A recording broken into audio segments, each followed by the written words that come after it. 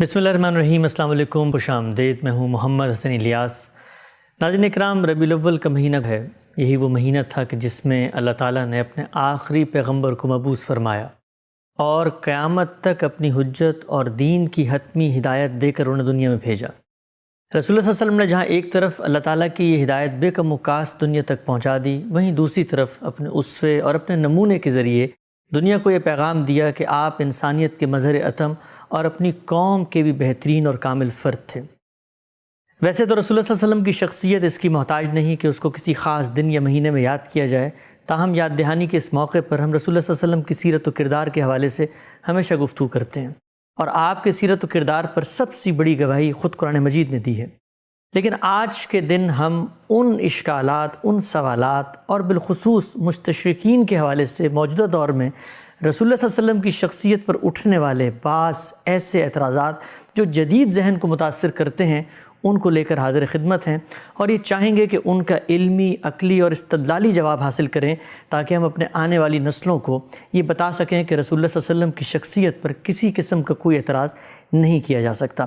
یہی سارے سوالات لے کر حاضر خدمت ہیں۔ ہمارے ساتھ تشریف رکھتے ہیں حزب سابق جناب جاوید احمد غامدی صاحب۔ السلام علیکم غامدی صاحب۔ وعلیکم السلام۔ غامدی صاحب، بہت شکریہ آپ کے وقت کا۔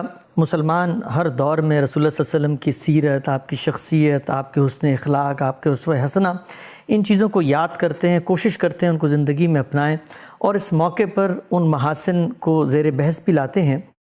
لیکن مجھے یہ محسوس ہوا کہ بہت سارے لوگ دنیا بھر میں اہل علم، علماء یہ کام تو خدمت کر ہی رہے ہوتے ہیں، اور ہم بھی عام طور پہ یہ کرتے ہیں، لیکن کیوں نہ اس موقع پہ وہ اعتراضات، وہ اشکالات جو مستشرقین کی روایت، جو ہمارے بر صغیر میں بھی ایک بہت معروف روایت رہی اور دنیا بھر میں اعتراضات کرتے ہیں، ان کو ہم زیر بحث لے کر آئیں آپ کے ساتھ۔ تو سب سے پہلے آپ مجھے بتائیے گا کہ اس طرح کے جو اشکالات آپ صلی اللہ علیہ وسلم کی شخصیت پر، آپ کے کردار پر، آپ کی زندگی پر ہوتے ہیں، آپ کو یہ محسوس ہوتا ہے کہ یہ وقت ہے کہ ان کا علمی، عقلی، استدلالی پہلو سے جواب دیا جائے؟ یہ ضرورت ہر وقت رہتی ہے۔ رسالت مآب صلی اللہ علیہ وسلم کو ہم پیغمبر کی حیثیت سے پیش کرتے ہیں، اور اس کے ساتھ لوگوں کو اس بات کی دعوت دیتے ہیں کہ یہی وہ شخصیت ہے جس کا بہترین نمونہ لوگوں کے سامنے رہنا چاہیے۔ جب کوئی شخص ایمان لاتا ہے، مسلمان ہوتا ہے، تو ایک طرف وہ پیغمبر کی حیثیت سے آپ سے دین سیکھتا ہے، دوسری جانب دین پر عمل کا جو نمونہ آپ نے پیش کیا ہے اس سے ہدایت اور رہنمائی حاصل کرتا ہے۔ تو یہ جب بھی سوال پیدا ہوگا، جب بھی کوئی اشکال سامنے آئے گا، جب بھی لوگ اس کے بارے میں تردد کا اظہار کریں گے، اہل علم کی ذمہ داری ہے کہ وہ انہیں مطمئن کریں، صحیح صورتحال واضح کریں، یہ بتائیں کہ اس معاملے میں کیا زاویہ نظر ہے جس سے چیزوں کو دیکھنا چاہیے۔ ایسا ہوتا ہے بارہا کہ ہم دنیا میں جب چیزوں کا جائزہ لیتے ہیں تو بعض اوقات ہم پر جذبات کا غلبہ ہو جاتا ہے، بعض اوقات ہم ایک پہلو سے ایک چیز کو دیکھ رہے ہوتے ہیں، دوسرے پہلو کو نظر انداز کر دیتے ہیں۔ اس طرح کی چیزیں نہ صرف یہ کہ رسالت مآب صلی اللہ علیہ وسلم کی سیرت کے معاملے میں، بلکہ ہر بڑے واقعے کے بارے میں زیر بحث آ سکتی ہیں۔ تو ان میں صحیح طریقہ یہی ہے کہ ہر موقع پر لوگوں کو اس کی یاد دہانی کرائی جاتی رہے کہ رسول اللہ صلی اللہ علیہ وسلم کی شخصیت کیا تھی، آپ کا مشن کیا تھا، آپ کیا کام کرنے کے لیے آئے تھے، آپ پیغمبروں کے کس زمرے سے تعلق رکھتے تھے، آپ کی ذمہ داریاں کیا تھیں، آپ نے اگر اپنی ذاتی زندگی میں کوئی اقدام کیا تو اس کی کیا نوعیت تھی، اور اپنی پیغمبرانہ حیثیت میں کوئی اقدام کیا تو اس کی کیا نوعیت تھی۔ ٹھیک۔ اچھا غام صاحب، یہ بتائیے گا کہ یہ اعتراضات کا سلسلہ تو رسول اللہ صلی اللہ علیہ وسلم کی زندگی میں شروع ہوا۔ مشرکین مکہ ہیں، کفار ہیں، یہود ہیں اس عہد کے، انہوں نے بہت سارے اشکالات اور اعتراضات آپ کے اوپر وارد کیے، قرآن مجید میں بعض نقل بھی کیے گئے ہیں۔ لیکن یہ جو خاص روایت ہے اورینٹلزم کی، مستشرقین کی، یہ روایت کیسے پیدا ہوئی، اور یہ کس پہلو سے رسول اللہ صلی اللہ علیہ وسلم کی سیرت، شخصیت یا کردار پر معترض ہوتے ہیں؟ دیکھیے، بات یہ ہے کہ رسالت مآب صلی اللہ علیہ وسلم کی دعوت کسی ایک قوم کے لیے نہیں ہے، کسی ایک گروہ کے لیے نہیں ہے، کسی ایک دور کے لیے نہیں، یہ تو قیامت تک کے لیے ہے، ہر قوم کے لیے، ہر فرد کے لیے، پوری انسانیت کو پیغمبر کی حیثیت سے آپ کی دعوت کو قبول کرنا ہے۔ ٹھیک۔ تو اس لیے جب لوگ مغرب مشرق میں اس کے بارے میں سنیں گے، پڑھیں گے، تو اس کا مطالعہ کریں گے۔ ایسے تو کوئی ایمان نہیں لائے گا۔ بے شمار لوگ ہیں جو مسیحیت پر ایمان رکھتے ہیں، یہودیت پر ایمان رکھتے ہیں، ہندو مت کے ماننے والے ہیں، یا اس زمانے میں ایک بڑی تعداد ان لوگوں کی پیدا ہو گئی ہے جو مذہبی کے معاملے میں بہت سے اعتراضات، اشکالات پیش کرتے رہتے ہیں، تو جب کسی ہستی کو ہم پیغمبر کی حیثیت سے ان کے سامنے پیش کریں گے، اور پیغمبر کی حیثیت سے پیش کیے بغیر دین کی دعوت پہنچائی نہیں جا سکتی، تو وہ سوالات کریں گے۔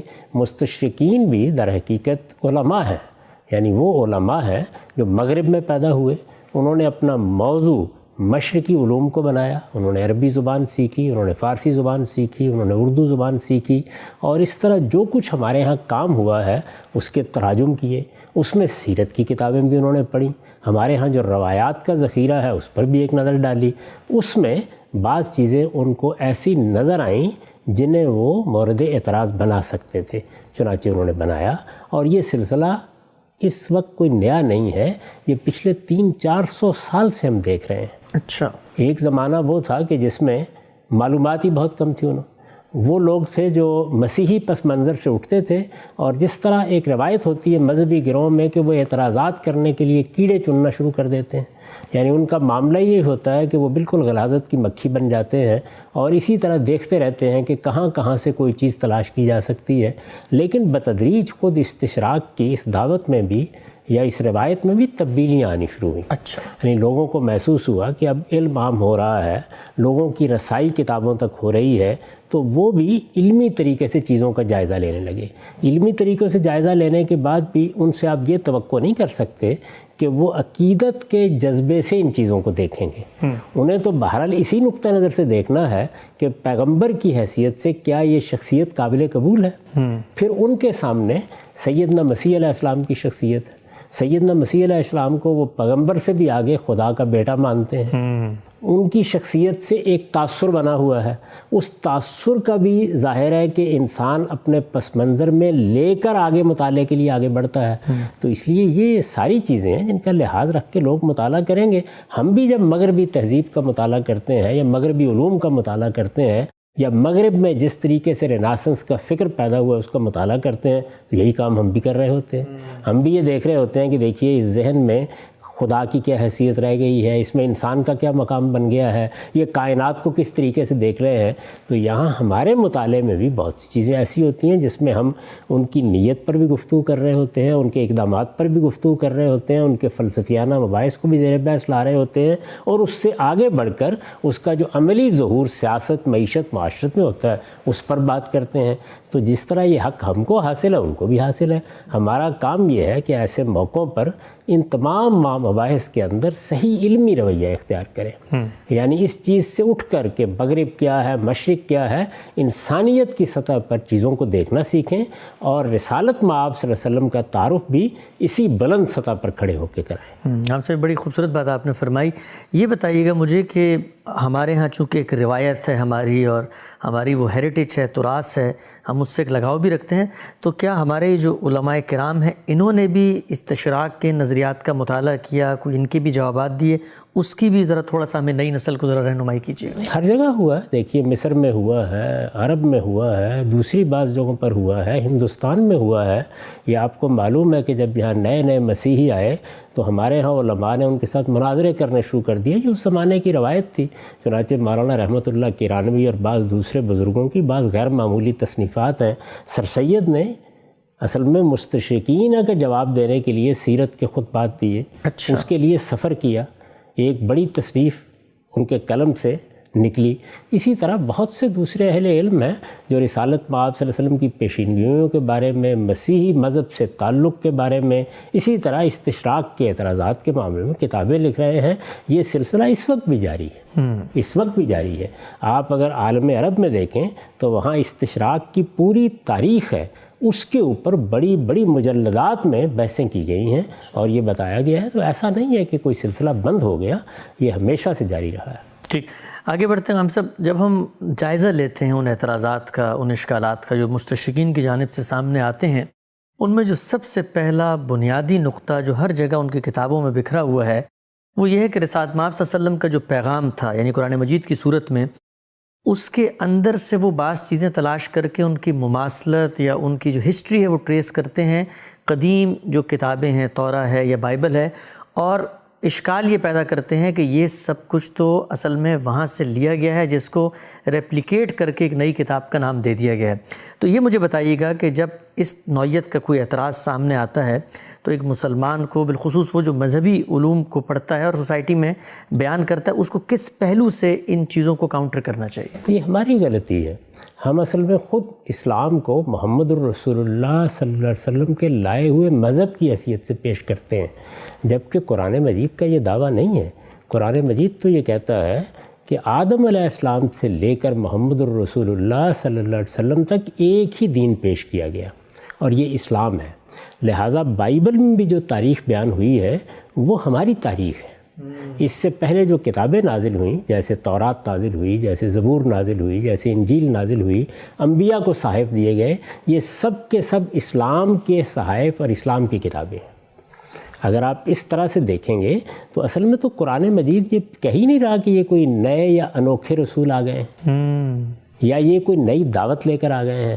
آپ یہ دیکھیے کہ قرآن نے جب تعارف کرایا رسالت مآب صلی اللہ علیہ وسلم کو دین کا، تو یہ بتایا کہ یہ پیغمبر ہے جن کی طرف ہم نے یہ ہدایت بھیجی تھی۔ ٹھیک، اس کی پوری تاریخ بیان کی کہ یہ ہدایت ہم نے آدم علیہ السلام کے زمانے سے دینا شروع کی تھی۔ ٹھیک، پیغمبروں کے نام لے کے یہ کہا، اور اس میں خاص طور پر بنی اسرائیل کے پیغمبر سب کے سب گنوا دیے، جگہ جگہ یہ مضمون ہے، اور پھر کہا فَبِہُدَاهُمْ اقتدوا، اب آپ بھی انہی کی ہدایت کی پیروی کریں۔ اسی طرح سے یہ متربع کرتے ہوئے فرمایا سورہ شورى میں کہ شرع لکم من الدین ما وصى به نوح والذی اوحینا الیک وما وصینا به ابراہیم وموسیٰ وعیسیٰ ان اقیموا الدین ولا تتفرقوا فیہ، یعنی یہ جو دین اب دیا گیا ہے یہ کوئی نیا دین نہیں ہے۔ ان آیات کا مدعا یہ ہے ہم نے یہ وہی دین ہے پیغمبر آپ کو دیا ہے جو اس سے پہلے ہم ان سب پیغمبروں کو دے چکے ہیں۔ پھر پیغمبروں کے نام گنوائے ہیں، ابراہیم، موسیٰ، عیسیٰ، سب پیغمبروں کا یہی دین تھا، اور سب کو اس کے بارے میں یہ ہدایت کی گئی تھی کہ ان اقیموا الدین ولا تتفرقوا فیہ، اس دین پر قائم رہو، اس میں کوئی تفرقہ پیدا نہ کرو۔ یہ دعوت ہے دین کی، یعنی دین کا صحیح تعارف یہ ہے۔ چنانچہ اس کو جب آپ اس حیثیت سے پیش کرتے ہیں تو یہاں تو تورات کی چیزیں زیر بحث آئیں گی، انجیل کی چیزیں زیر بحث آئیں گی، زبور کی چیزیں زیر بحث آئیں گی، بنی اسرائیل کی پوری تاریخ زیر بحث آئے گی، اس لیے کہ یہ اسلام کی تاریخ کا ایک اہم واقعہ ہے کہ سیدنا ابراہیم علیہ السلام کے بعد اللہ تعالیٰ نے نبوت کی اسکیم میں تبدیلی کی، اور ان کی ذریت کو، پوری ذریت کو اس کا انتخاب کر کے یہ منصب دیا کہ وہ اللہ کے دین کی اب شہادت دے گی۔ ان کے لیے 2 علاقوں کا انتخاب کیا۔ رسالت مآب صلی اللہ علیہ وسلم بنی اسماعیل میں سے ہیں، ابراہیم علیہ السلام کی اولاد ہیں، اسماعیل ابراہیم علیہ السلامی کے بیٹے تھے۔ یہ جو حرم ہے ہمارا، یہ ابراہیم علیہ السلام کی بنائی ہوئی مسجد ہے جس کی طرف ہم منہ کر کے نماز پڑھتے ہیں۔ تو یہ ایک ہی روایت ہے، اور یہی وجہ ہے کہ جب رسول اللہ صلی اللہ علیہ وسلم نے اپنی دعوت کی ابتدا کی تو شریعت کے معاملے میں بھی آپ کو یہ کہا گیا کہ آپ ملت ابراہیم کی پیروی کریں۔ مسلمانوں کو ہدایت کی گئی کہ اتبعوا ملت ابراہیم حنیفہ، ابراہیم کا دین، ابراہیم کے دین کی روایت، اسی کو لے کر آپ چلیں گے۔ جہاں کہیں کوئی خرابی پیدا ہو گئی تھی اس کی اصلاح کر دی گئی، جو چیز مردہ ہو گئی تھی اسے زندہ کر دیا گیا، اگر کوئی زمانے کی تبدیلی کے ساتھ اضافہ کرنا تھا تو وہ بھی کر دیا گیا، لیکن بنیادی طور پر یہ وہی روایت ہے۔ اس لیے یہ بات ہی صحیح نہیں ہے، یعنی یوں نہیں ہے کہ یہ کوئی نیا دین تھا، نئی دعوت تھی، نیا پیغام تھا، یہ تاریخ کا پہلا واقعہ تھا۔ یہ اصل میں انبیاء کی پوری تاریخ کے پس منظر میں کھڑے ہو کر گفتگو ہے ساری۔ تو اس میں تو یہ سب چیزیں زیر بحث آئیں گی، اور ان میں جو تاریخ بائبل میں ہمیں ملتی ہے، اگر کہیں کوئی غلطی ہوئی ہے یا روایت کرنے والوں نے کوئی خرابی پیدا کر دی تو اصلاح بھی کی جائے گی۔ چنانچہ جو لوگ دونوں کا تقابلی مطالعہ کرتے ہیں ان پر یہ حقیقت واضح ہو جاتی ہے کہ قرآن مجید نے 10 مقامات پر اصلاحات بھی کی ہیں، یعنی یہ بتایا ہے کہ اصل واقعہ اس طرح تھا۔ پیغمبروں کے معاملے میں جو ان کی تاریخ میں بعض غلط باتیں مشہور ہو گئی تھیں، ان کے معنی میں بھی صحیح نقطہ نظر کو واضح کیا ہے۔ تو اس لیے یہ معاملہ تو ایسے ہی ہوگا۔ ہم جب اس وقت اسلام پر گفتگو کر رہے ہیں تو کیا آج گفتگو کر رہے ہیں؟ ہمارے پیچھے بھی ایک پوری تاریخ ہے، علم کی ایک تاریخ جو رسالت مآب صلی اللہ علیہ وسلم سے شروع ہوئی، صحابہ کرام نے جس کو آگے بڑھایا، علماء پیدا ہوئے. تو آج ہم جب بات کریں گے تو اس سب سے قطع نظر کر کے بات تو نہیں کریں گے نا، اسی کے حوالے دیں گے. اس میں بہت سی چیزیں ایسی ہوں گی جن کو ہم اسی طرح لے کے چل رہے ہوں گے، کہیں کسی چیز پر تنقید بھی کریں گے. تو بالکل یہی صورت قرآن مجید کی ہے کہ وہ اس پوری ٹریڈیشن، پوری روایت میں کھڑا ہو کر گفتگو کر رہا ہے، اور اس میں جگہ جگہ ان چیزوں کو ریفر کر رہا ہے، ان کے حوالے دے رہا ہے جو اس سے پہلے کی تاریخ میں بیان ہو چکے ہیں. ٹھیک. ہم صاحب یہ جو آپ نے بات ابھی فرمائی ہے کہ قرآن مجید کی جو پوری دعوت ہے وہ تو وہی الہامی پیغام ہے جس کا آغاز ہوتا ہے سیدنا آدم سے، اور اس کی جو ہدایت کی تکمیل ہے وہ آخری جو پیغمبر بھیجے گئے وہ رسول اللہ صلی اللہ علیہ وسلم ہے. سوال میرا یہ ہے کہ یہ اتنی واضح بات مستشرقین کو کیوں نظر نہیں آ رہی؟ مثلا وہ کیوں نہیں دیکھ رہے کہ ہم تو مسلمان اس وقت تک نہیں ہو سکتے جب تک تورا پر یا بائبل پر یا جو الہامی کتابیں ہیں، پیغمبروں کی روایت ہے، اس پر ایمان نہ لائیں، خدا کی کتابوں پر. تو وہ اس کو اس پہلو سے کیوں نہیں دیکھتے پھر؟ کہ اس کا تعلق بڑی حد تک کسی قوم کے ذہنی پس منظر سے ہوتا ہے. جو جوڈو کرسچن روایت ہے اس میں پہلے تو بنی اسرائیل کے پیغمبر ہیں، اور آپ دیکھیے کہ خود یہود نے سیدنا مسیح علیہ السلام کو تسلیم نہیں کیا. سیدنا مسیح علیہ السلام کے بارے میں یہ خیال پیدا ہو گیا، اور اسی پر سارے مسیحی علم کلام کی بنیاد ہے کہ اللہ تعالیٰ نے انسان کو جس امتحان میں ڈالا تھا اس میں پہلا گناہ ہو گیا. اب اس کے کفارے کے طور پر اس نے اپنا بیٹا بھیجا. یہ آخری نجات ہے جو انسانوں کے لیے اللہ کی طرف سے قائم کر دی گئی ہے. اب ظاہر ہے کہ اس کے بعد وہ کسی پیغمبر کو کیوں دیکھیں گے؟ اور پھر جب اس پوری روایت سے ہٹ کر بنی اسماعیل میں ایک پیغمبر یا عرب میں ایک پیغمبر کی بات کی جاتی ہے تو یہ ذہنی پس منظر اس کو قبول نہیں کرتا. جب قبول نہیں کرتا تو اس روایت میں رکھ کر اس کو دیکھنے کے لیے بھی تیار نہیں ہوتا. یوں نہیں ہے کہ یہ دیکھنے کا عمل منقطع ہو گیا، نہیں، اب اہل علم اس پر غور بھی کرنے لگ گئے ہیں، اب اس روایت کے اندر رکھ کر بھی اس کو دیکھنے لگ گئے ہیں. لیکن یہ ایک تدریجی عمل ہے جو دنیا کے ہر علم میں اسی طرح سے ہوتا ہے. پہلے دن یہ توقع بھی نہیں کرنی چاہیے کہ لوگ بالکل صحیح زاویے سے اس کو دیکھیں گے. میں آپ سے پوچھتا ہوں کہ یہ جس بات کی طرف میں ہمیشہ توجہ دلاتا ہوں کہ یہ دین تمام پیغمبروں کا دین ہے، اس کی ابتدا آج سے 1200-1500 سال پہلے نہیں ہوئی. یہ آدم علیہ السلام سے اسی طرح چلا آ رہا ہے. اس میں جو سنت قائم کی گئی ہے وہ بھی اصل میں دین ابراہیمی کی روایت ہے. تو خود ہمارے ہاں لوگ کیا اس کو قبول کر لیتے ہیں؟ نہیں، ایسا ہو جاتا ہے بعض اوقات. اس لیے چیزوں کو واضح کرنے کا یہ عمل جاری رکھنا چاہیے. یہ جس طرح غلطیاں یہاں لگ سکتی ہیں اسی طرح ادھر بھی لگ سکتی ہیں. ٹھیک. اب سر ایک اور ضمنی پہلو واضح کیجیے گا. عام طور پہ تاثر ہے کہ جو مسیحی علماء ہیں یا جو مسیحی محققین ہیں وہ رسالت مآب صلی اللہ علیہ وسلم کے بارے میں یہ گمان رکھتے ہیں کہ یہ آخری پیغمبر نہیں ہیں، اور جو آخری پیغمبر نے آنا ہے وہ دوبارہ دنیا میں تشریف لائیں گے. یہ بتائیے گا کیا اس میں کوئی تفریق ہے کہ کچھ مسیحی علماء سمجھتے ہیں کہ رسالت مآب صلی اللہ علیہ وسلم پیغمبر تھے لیکن صرف عرب کے لیے تھے؟ اس میں حقیقت کیا ہے؟ نہیں، دیکھیے اس میں مختلف نقطہ نظر ہیں. وہ لوگ بھی ہیں کہ جو مسیح علیہ السلام پر معاملے کو ختم سمجھتے ہیں، اور وہ بھی ہیں کہ جن کا خیال یہ ہے کہ عربوں کے لیے ایک پیغمبر کی ضرورت تھی. زیادہ رسالت مآب صلی اللہ علیہ وسلم کی بعثت وہاں ہوئی. جس طرح مختلف علاقوں میں اللہ تعالیٰ پیغمبر بھیجتے رہے ہیں، ایسے ہی عربوں کے لیے یا بنی اسماعیل کہہ لیجئے، محمد الرسول اللہ کی حیثیت ایک پیغمبر کی تھی. زیادہ تر مسیحی علماء اب اس چیز کو ماننے لگ گئے ہیں. اچھا. یہاں تک کہ خود چرچ بھی اس کو اس حیثیت سے پیش کرتا ہے. بلکہ میں آپ کی خدمت میں عرض کروں کہ قرآن مجید سے یہ معلوم ہوتا ہے کہ خود رسول اللہ صلی اللہ علیہ وسلم کے اپنے زمانے میں یہ بحث ہوئی، اور یہود یا اہل کتاب بھی اس بات پر اصرار کرتے تھے کہ آپ ہم سے یہ نہ منوائیے کہ ہمارے لیے بھی آپ خدا کے پیغمبر ہیں.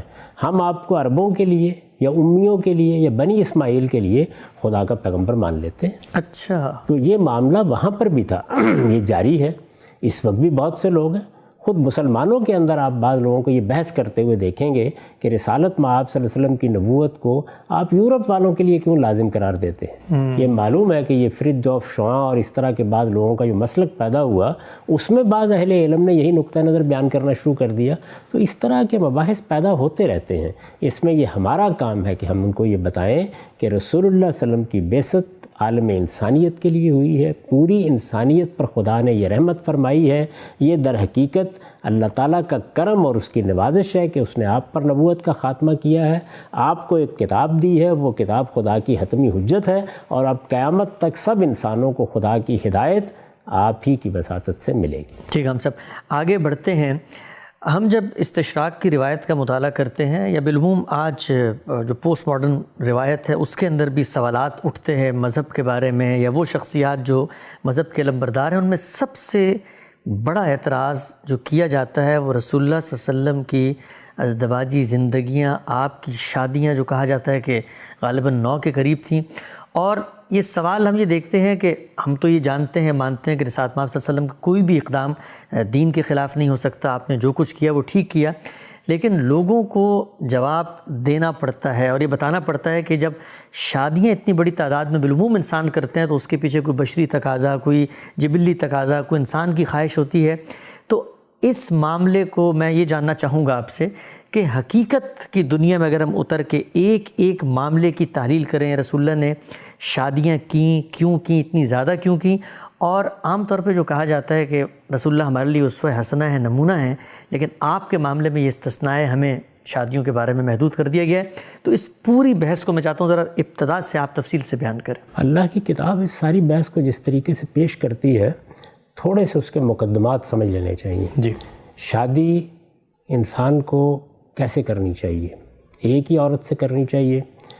اس میں اللہ نے اپنا منشا واضح کر دیا ہے۔ میرے نزدیک جب آدم و حوا کی پیدائش ہوئی اور اللہ تعالیٰ نے یہ فرمایا کہ ہم نے آدم کو آفرینش بخشی اور اس کے ساتھ اس کا جوڑا پیدا کیا، تو اس میں ایک ہی عورت کا ذکر کیا ہے اور یہ بتایا ہے کہ بث منہما رجالا کثیرا ونساء، یعنی یہ ایک میاں بیوی تھے جس سے خاندان کی ابتدا ہوئی، جس سے ایک گھر بنا اور جس کے نتیجے میں پھر بہت سے مرد و عورت دنیا میں پھیل گئے۔ ٹھیک، تو اس سے یہ بات تو واضح ہو گئی کہ اگر اللہ تعالیٰ کی اسکیم کے مطابق اچھا گھر بنانا ہو، سکون کی زندگی بسر کرنی ہو، اولاد کے ساتھ بھی اچھا معاملہ رکھنا ہو، تو ایک ہی شادی آدمی کو کرنی چاہیے۔ یہ بات اصول میں خود اللہ تعالیٰ نے اپنی اس اسکیم میں واضح کر دی ہے، لیکن انسان اس دنیا میں یکساں حالات میں نہیں رہتا۔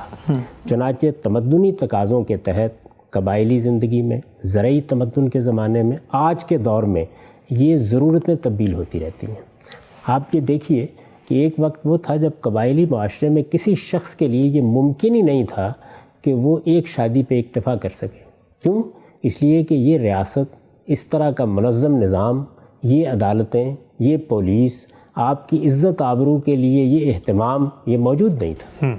اس وقت انسان کے لیے اس کے سوا کوئی چارہ نہیں تھا کہ اس کے بیٹے یا اس کے بھائی اس کے دائیں بائیں کھڑے ہوں گے اور ان کی بڑی تعداد ہوگی تو وہ اپنی عزت کی حفاظت کر سکے گا، اپنے مال کی حفاظت کر سکے گا، اپنے آبرو کی حفاظت کر سکے گا۔ ٹھیک، قرآن مجید خود تصویر کھینچتا ہے کہ جب کوئی بڑا آدمی یہاں بیٹھا ہوتا ہے تو بنین شہودہ، اس کے دائیں بائیں اس کی اولاد کھڑی ہوتی ہے۔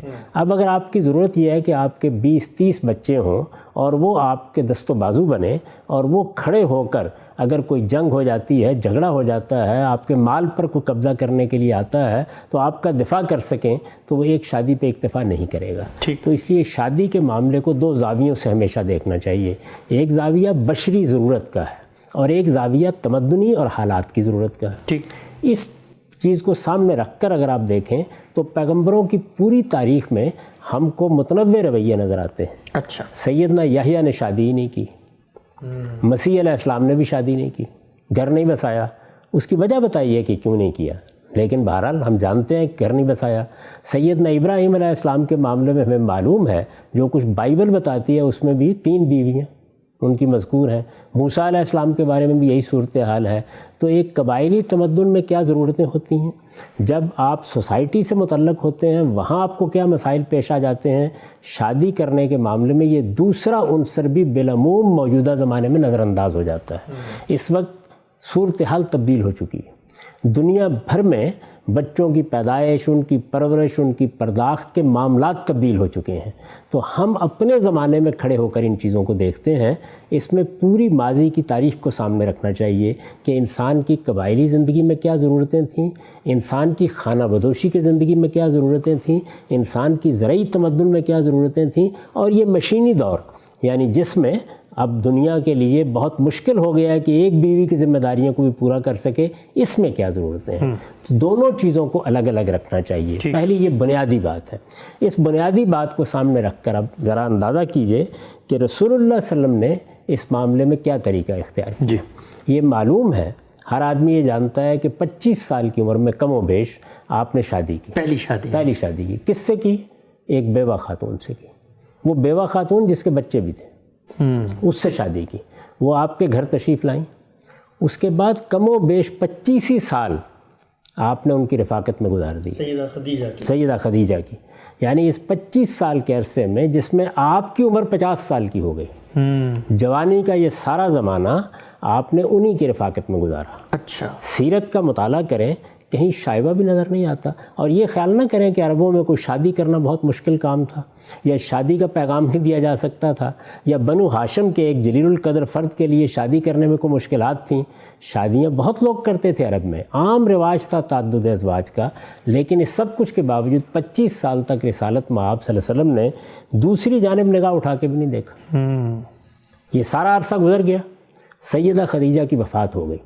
اس سال کو عام الحزن کہا جاتا ہے. اچھا. شدید رنجیدہ خاطر رہے رسالت مآب صلی اللہ علیہ وسلم.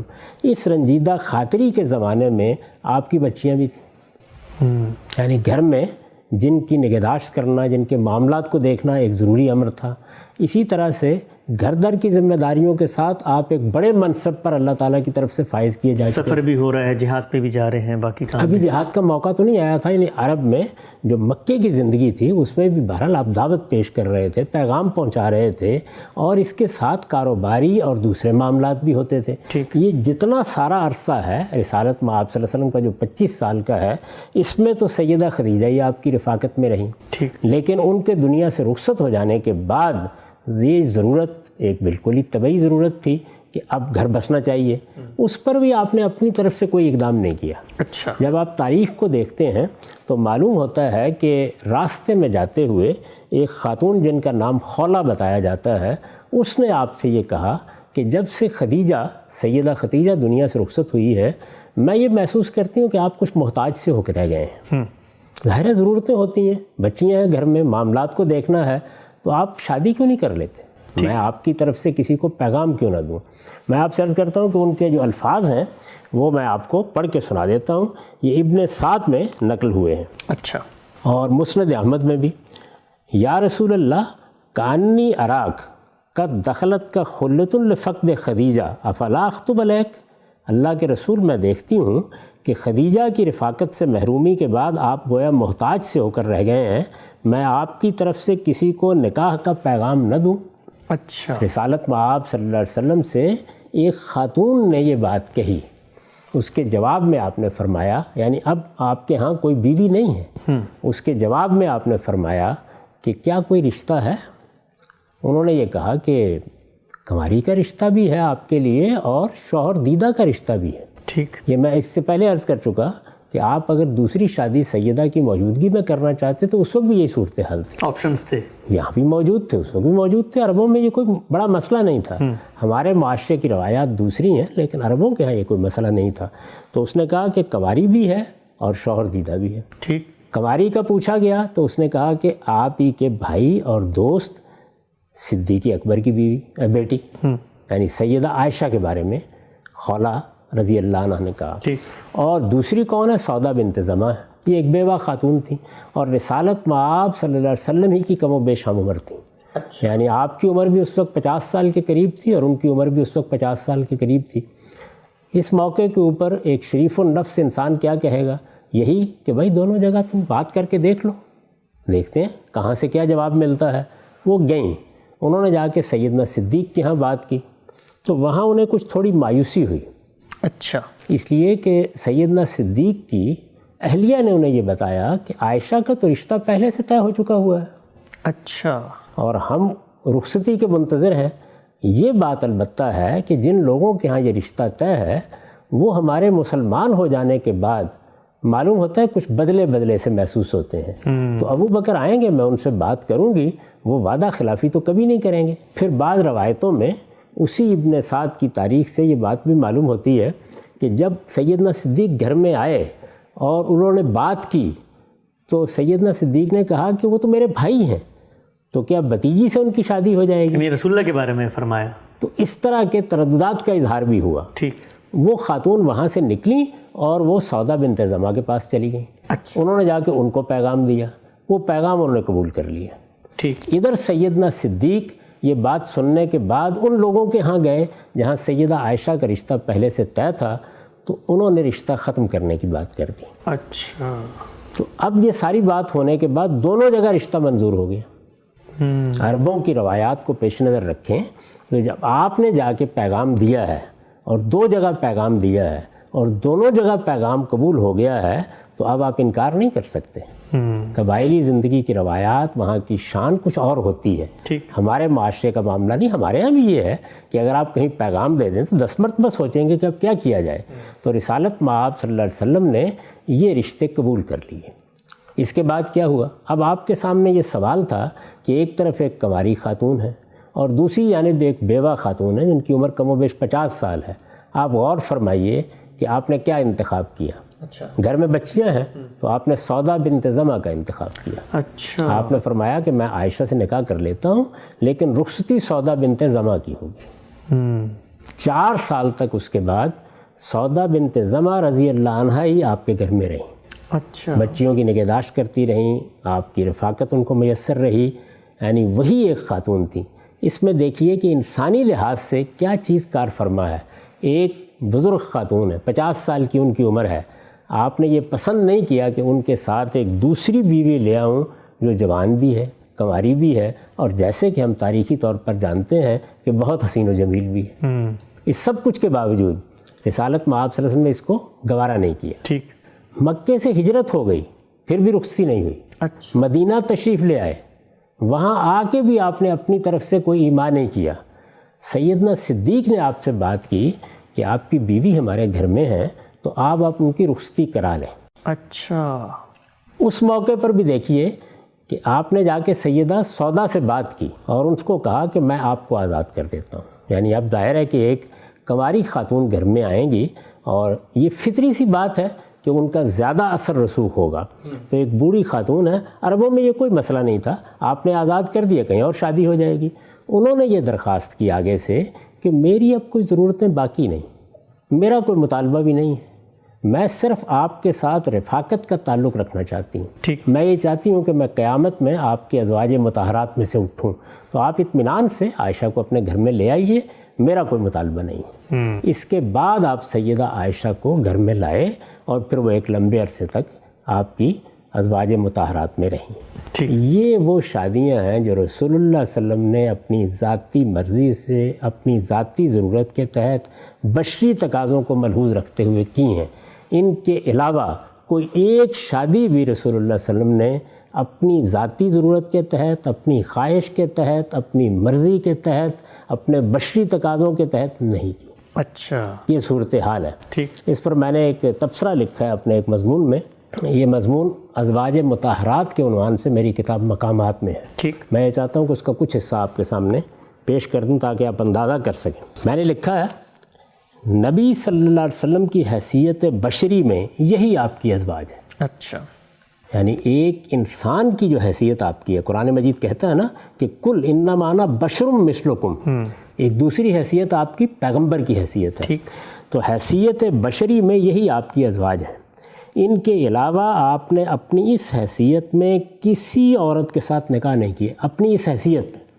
چنانچہ جو لوگ آپ کو تعدد ازواج کا الزام دیتے اور آپ کی پاکیزہ اور مطہر زندگی پر کیچڑ اچھالنے کی کوشش کرتے ہیں، ان کے بارے میں صرف یہی کہا جا سکتا ہے کہ ان کے سینے خدا کے خوف سے خالی ہیں.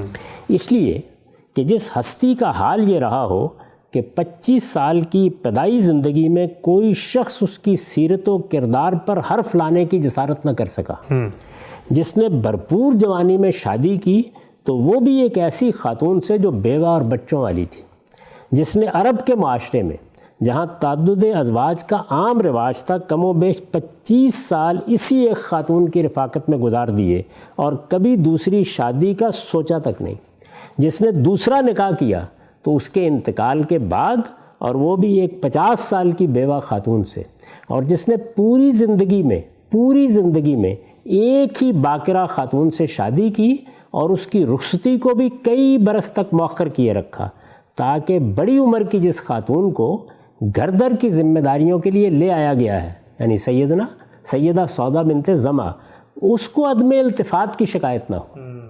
اس کے بارے میں صرف یعنی اس شخصیت کے بارے میں صرف ایک بیمار ذہن کا شخص یہ سوچ سکتا ہے کہ 55 سال کی عمر کو پہنچنے کے بعد اسے اچانک شادیوں کا ہوکا ہو گیا تھا اور اپنی خواہش نفس کی تسکین کے لیے اس نے اپنے ہی بنائے ہوئے قانون میں ترمیم کی اور ایک کے بعد دوسری عورت سے نکاح کرنا شروع کر دیا. یہ لوگوں کو توجہ دلائی گئی ہے کہ وہ اس معاملے کو اس زاویہ نظر سے دیکھیں. یعنی بشری تقاضوں کے تحت ایک انسان کی حیثیت سے جس کو نکاح کی ضرورت ہوتی ہے، اور وہ ضرورت ظاہر ہے کہ جنسی تسکین کے لیے بھی ہوتی ہے، گھر در کی ذمہ داریوں کے لیے بھی ہوتی ہے، خاندان کے ادارے کو بنانے کے لیے بھی ہوتی ہے، اس میں رسالت مآب صلی اللہ علیہ وسلم نے یہ طریقہ اختیار کی ہے. یہ پہلا مرحلہ ہے، اس کو بہت اچھی طریقے سے سمجھ لینا چاہیے. اس کے بعد کوئی شبہ نہیں کہ رسالت مآب صلی اللہ علیہ وسلم نے 8 کے قریب شادیاں کی. اچھا. اور یہ سب شادیاں جتنی بھی ہیں یہ اب کس حیثیت سے ہوئی ہیں؟ میں اس سے پہلے عرض کر چکا کہ شادی کا ایک پہلو وہ ہے جس میں انسان اپنے بشری تقاضوں کو پورا کرنے کے لیے شادی کرتا ہے. ٹھیک. ایک دوسرا پہلو وہ ہے جس میں تمدنی ضرورتیں زیر بحث آ جاتی ہیں. یہاں نبوی ضرورتیں زیر بحث آ گئی ہیں. اچھا. یعنی رسول اللہ صلی اللہ علیہ وسلم کی ایک شخصیت ہے، خدا کے آخری پیغمبر کی حیثیت سے آپ مبعوث ہوئے ہیں. آپ کو ایک بہت بڑی ذمہ داری دی گئی، اور وہ ذمہ داری کیا تھی کہ آپ کو صرف پیغام نہیں پہنچانا، صرف لوگوں کو ہدایت نہیں بتا دینی، اس کے ساتھ اس سرزمین عرب میں اللہ تعالیٰ کی دینونت برپا کر کے دکھانی ہے. یعنی اس میں کیا ہونا ہے؟ اس میں جزا و سزا کے قانون کو روبہ عمل ہو جانا ہے. ٹھیک. اس میں لوگوں کی تقدیر کا فیصلہ ہونا ہے. یہ سرزمین عرب ہے جس میں اب یہ طے ہوگا کہ حق کیا ہے اور باطل کیا ہے. اس جد و جہد میں ایک دوسرا پہلو بڑی اہمیت کا حامل ہے. اس سے پہلے جو پیغمبر آتے رہے ان کا یہ معاملہ ہوا کہ 2 3 4 لوگ ان پر ایمان لاتے تھے، یا ایک کشتی کے برابر مسافر آسمان سے عذاب آ جاتا تھا. ٹھیک. اور معاملہ ختم کر دیا جاتا تھا.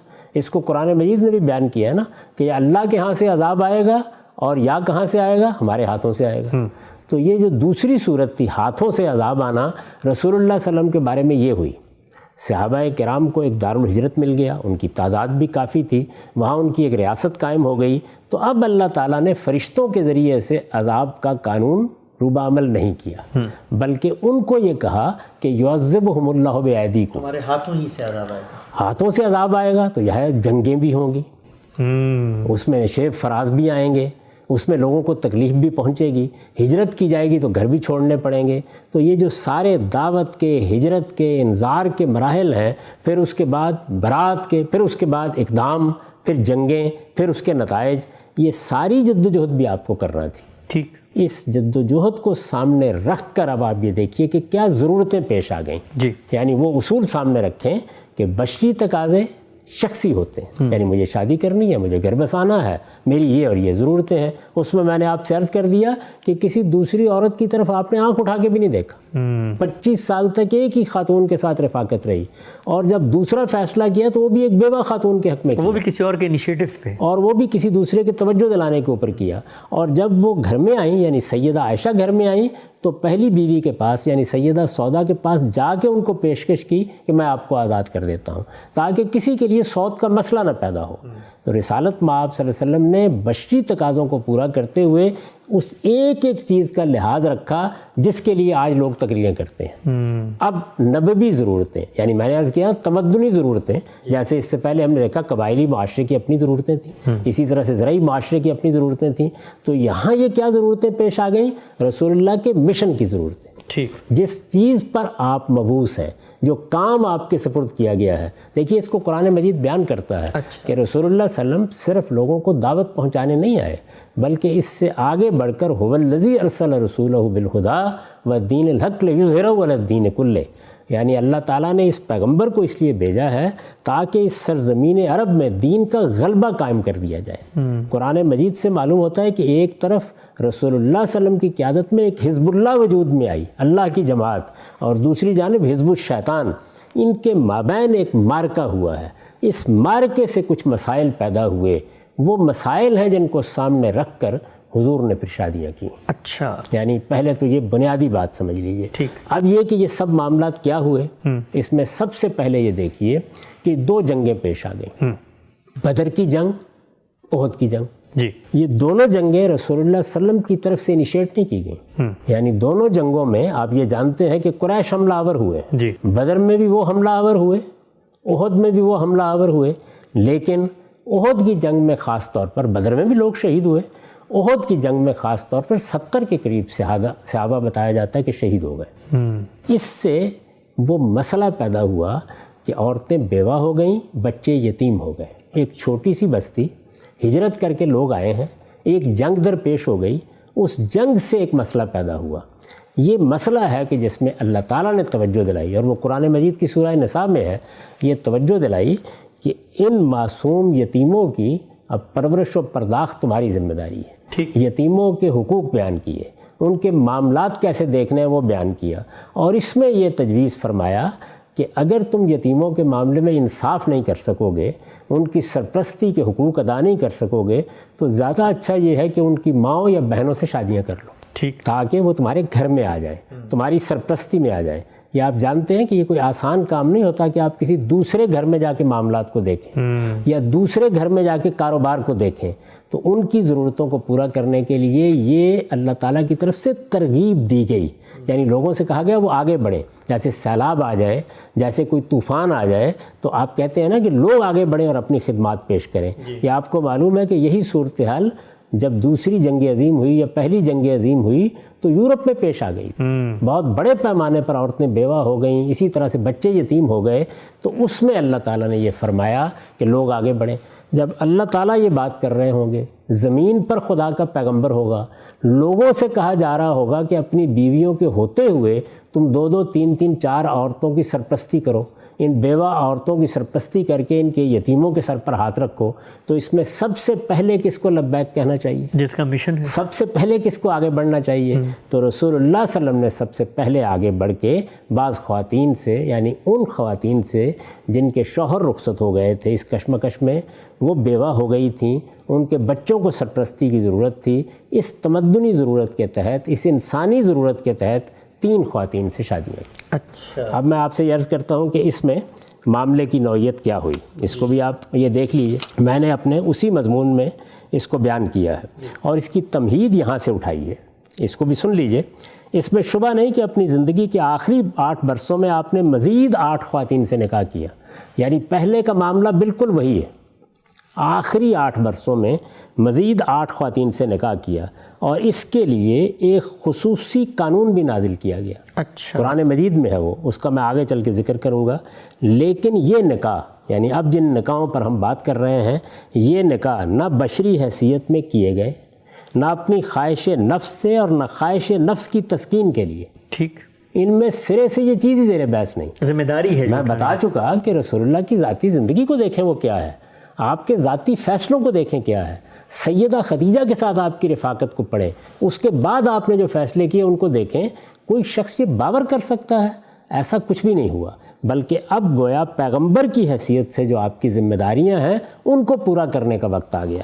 بلکہ خدا کے آخری پیغمبر کی حیثیت سے اپنی منصبی ذمہ داریوں سے عہدہ برا ہونے کے لیے, اور خدا کے حکم پر, یعنی یہاں خدا کے حکم پر یا اس کے ایما سے کیے گئے تھے.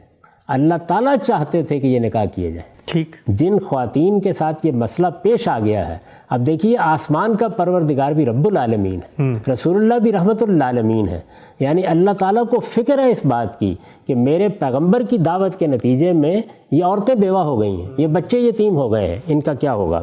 کوئی سلیم الطبع آدمی جس نے تعصبات کو الگ رکھ کر کبھی اس معاملے کو سمجھنے کی کوشش کی ہے, اس حقیقت کا انکار نہیں کر سکتا. اس کے بعد اب میں نے بدر و احد کا حوالہ آپ کو دیا اور یہ بتایا کہ اس میں اللہ تعالیٰ کی طرف سے باقاعدہ ترغیب دی گئی. یہ قرآن مجید میں ہے, فَإِنْ خِفْتُمْ أَلَّا تُقْسِطُوا فِي الْيَتَامَىٰ فَانكِحُوا مَا طَابَ لَكُم مِّنَ النِّسَاءِ مَثْنَىٰ وَثُلَاثَ وَرُبَاعَ. سب مسلمانوں کو ترغیب دی گئی. سب سے پہلے رسالت مآب صلی اللہ علیہ وسلم نے اپنے آپ کو پیش کیا. چنانچہ 3 بیوہ خواتین سے آپ نے شادی کر لی. یہ 3 خواتین کون ہیں؟ حفصہ بنت عمر ہیں, سیدنا عمر کی بیٹی, زینب بنت خزیمہ ہے, اور سلمہ بنت ابی امیہ ہے. ٹھیک, یہ تینوں کی تینوں. تو اب ضرورت کیا پیش آ گئی؟ یعنی جنگوں کے نتیجے میں بیوہ ہونے والی عورتوں کو اور ان کے بچوں کو سرپرستی فراہم کرنا. یہ دوسرا مرحلہ ہے. ٹھیک. یعنی 8 شادیوں میں سے 3 یہ 3 ہے، 5 باقی تو میں نے آپ سے عرض کر دیا نا. یعنی ہم سیدہ خدیجہ کا معاملہ دیکھ چکے، سیدہ سودا بنت زمعہ کا، سیدہ عائشہ کا معاملہ دیکھ چکے.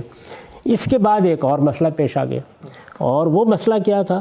وہ مسئلہ یہ تھا کہ سوسائٹی میں سب سے بڑی اگر کوئی مصیبت تھی تو وہ غلامی کی مصیبت تھی. یعنی جس طرح آج کے زمانے کی بعض مصیبتیں ہیں، اسی طرح کی ایک بڑی مصیبت یہ تھی. یہ آپ کو معلوم ہے کہ امریکہ میں بھی جو سب سے بڑا مارکا ہوا اور جس میں خانہ جنگی کی نوبت آ گئی، وہ غلامی کے خاتمے کا معاملہ تھا. اسلام نے غلامی کو ختم کرنا چاہا. ٹھیک. اس کے لیے بہت سے اقدامات کیے.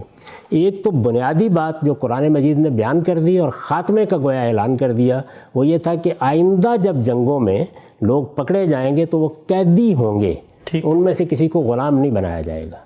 اور جب ان کی رہائی کا معاملہ ہوگا تو 2 ہی صورتیں ہوں گی، فَإِمَّا مَنًّا بَعْدُ وَإِمَّا فِدَاءً. یعنی یا ان کو احسان کے طور پر رہا کر دیا جائے گا، اور یا دوسری صورت یہ ہوگی کہ آپ فدیہ لے لیں گے، یعنی تبادلہ کر لیا، کچھ رقم لے لی. اس طرح قیدیوں کے معاملے میں جب قرآن نے یہ کہہ دیا تو گویا غلامی کا یا ان کو قتل کرنے کا یہ معاملہ ہمیشہ کے لیے ختم ہو گیا. ٹھیک. غلامی کے خاتمے کے لیے یہ پہلا مرحلہ تھا، یعنی جس میں ایک بنیادی اقدام کیا گیا. اس بنیادی اقدام کے بعد ایک دوسری چیز تھی، وہ یہ کہ آپ نے غلامی کا دروازہ تو بند کر دیا، آئندہ غلام نہیں بنائے جائیں گے، لیکن موجود غلاموں کا کیا کیا جائے؟ تو موجود غلام پستی میں گرے ہوئے تھے. عورتیں تھیں جن کی کوئی حیثیت نہیں تھی. سوسائٹی میں لوگوں کی حیثیت کو بحال کرنا، ان کو برتری کے مقام پر لانا، برابری کی سطح پر لانا، یہ ایک حکم سے نہیں ہوتا. آپ جانتے ہیں کہ پچھلے کئی 100 برسوں کی جدوجہد کے بعد ابھی امریکہ میں یہ چیز حاصل نہیں ہو سکی. تو رسول اللہ صلی اللہ علیہ وسلم نے بہت سے اقدامات کیے کہ جن سے ان کا درجہ بلند کیا جا سکے.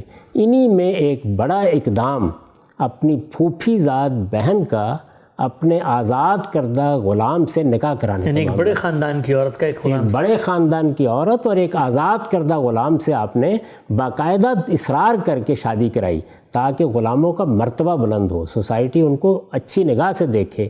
اس سے کچھ مسئلے پیدا ہوئے. رسول اللہ صلی اللہ علیہ وسلم نے اصرار کیا. زینب بنت جہش آپ کی پھوپھی زاد بہن ہے، آپ نے یہ چاہا کہ وہ ایک غلام سے، آزاد کردہ غلام سے، یعنی غلام کو آپ آزاد کر دیں تو اس کی حیثیت نہیں بدل جاتی تھی. ہماری سوسائٹی میں جو پست طبقات ہوتے ہیں، میں آپ سے اپنا تجربہ بیان کر رہا ہوں، 12 ایسا ہوا ہے کہ بعض مسیحی لوگوں نے آ کے مجھ سے یہ کہا کہ ہم اسلام لانا چاہتے ہیں. کسی کی 4 بیٹیاں ہیں، کسی کی 5 بیٹیاں ہیں. آپ جانتے ہیں کہ وہ کس پس منظر میں ہوتے ہیں. سب سے بڑا مسئلہ یہ سامنے آتا تھا کہ ان کی حیثیت کیسے مسلمانوں کے اندر بحال رکھی جائے. آسان کام نہیں ہوتا. تو یہ چیز پیدا کرنے کے لیے آپ نے اپنی پھوپھی زاد بہن کو آمادہ کیا کہ وہ آپ کے آزاد کردہ غلام سے شادی کر لے. شادی ہو گئی، معاملات ٹھیک ہو گئے. لیکن اب ہوا کیا؟ ہوا یہ کہ معاشرتی اصلاحات آپ کی خواہش سے نہیں ہوتی، ان کے مابین نباہ نہیں ہو سکا. اور نباہ نہ ہونے کی بہت بڑی وجہ کیا تھی؟ یعنی خود آپ کے آزاد کردہ غلام زید بنت حارثہ، جن کا ایک بڑا مقام تھا آپ کی نگاہ میں، لیکن بہرحال وہ اس معاشرتی تمدنی معاملات میں تو اسی جگہ کھڑے تھے. وہ یہ ہمت ہی نہیں کر سکے کہ ان کو اپنی بیوی کی حیثیت دے سکے. یعنی ان کا معاملہ یہ ہے کہ ان کے بارے میں یہ معلوم ہوتا ہے، اور قرآن مجید نے بھی اس کی کم و بیش تصریح کر دی ہے، 1 سال شادی رہی، 1 سال کے دوران میں بیوی سے کوئی تعلق ہی نہیں پیدا کر سکتے. اچھا بلکہ ان کے بارے میں بعض روایتوں سے یہ معلوم ہوتا ہے کہ جب رسول اللہ صلی اللہ علیہ وسلم نے انہیں بعد میں ایک پیغام دینے کے لیے بھیجا تو وہ ان کو دیکھ کر، یعنی ان کی عظمت اور شان کے سامنے، جو عرب خواتین کا ایک خاص مقام ہوتا تھا، بات کرنے کی جسارت نہیں کر پا رہے. اچھا، اس طرح کی صورتحال پیدا ہو گئی. تو آپ ظاہرہ آپ کے سامنے یہ سوال آیا بار بار کہ وہ ان کو طلاق دینا چاہتے ہیں. اب دیکھیے مسئلہ کتنا سنگین ہو گیا. ایک خاتون کو آمادہ کیا گیا کہ وہ اس غلامی کے ادارے کے معاملے میں آپ کی اصلاحات کا حصہ بنے. انہیں آمادہ کیا گیا کہ وہ شادی کریں. عرب کے معاشرے میں یہ شادی کوئی آسان کام نہیں تھا. شوہر کی حیثیت سے انہیں قبول کرنا کوئی آسان کام نہیں تھا. وہ آمادہ ہو گئیں، شادی میں نباہ نہیں ہوا، اور اب اس کے بعد ایک اور داغ اپنے ماتھے پر لگا کے واپس آ جائیں کہ ان کو طلاق دے دیجیے.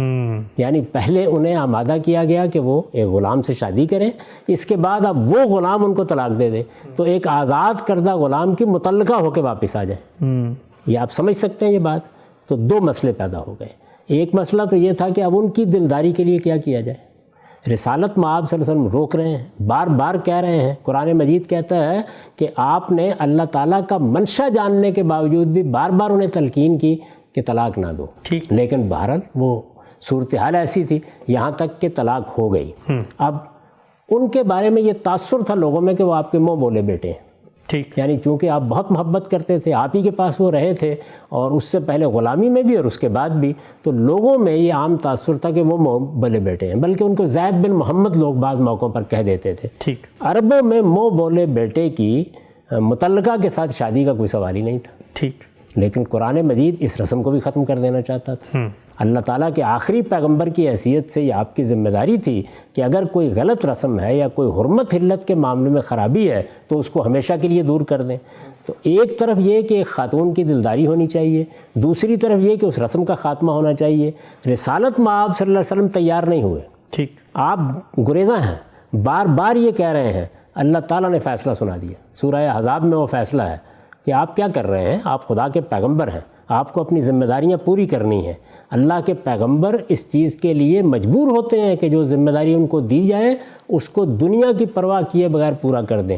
اس میں ملامت کرنے والوں کی ملامت کا کیا سوال ہے؟ آپ آگے بڑھیے اور ذمہ داری کو پورا کیجئے۔ ہم نے آپ کا نکاح خود کر دیا۔ اچھا، اب آپ اندازہ کر سکتے ہیں کہ ایک پیغمبر کی ذمہ داریوں کی نوعیت کیا ہے، یعنی انتہائی گریز کے باوجود بہرحال اللہ کے اس حکم کے سامنے سر تسلیم خم کرنا پڑا آپ کو، اور یہ شادی ہو گئی۔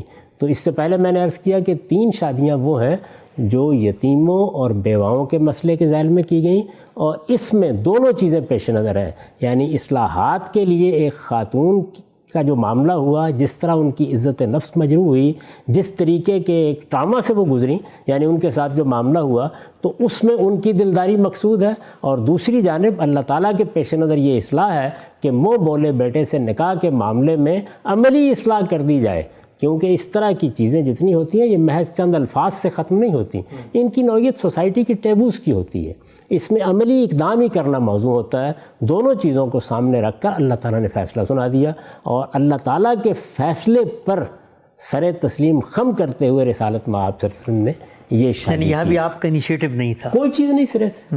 یعنی میں تو آپ سے عرض کر رہا ہوں کہ خود قرآن مجید یہ بتا رہا ہے، تاریخ بتا رہی ہے کہ آپ اس معاملے میں اصرار کرتے رہے کہ وہ طلاق نہ دیں، معاملہ نب جائے، یعنی چونکہ یہ اقدام آپ نے کیا تھا تو نباہ کی انتہائی کوششوں کے باوجود اس میں کامیابی نہیں ہوئی۔ تو اس لحاظ سے گویا آپ یہ کہہ سکتے ہیں کہ 3 وہ اور یہ 4تھی شادی ہے۔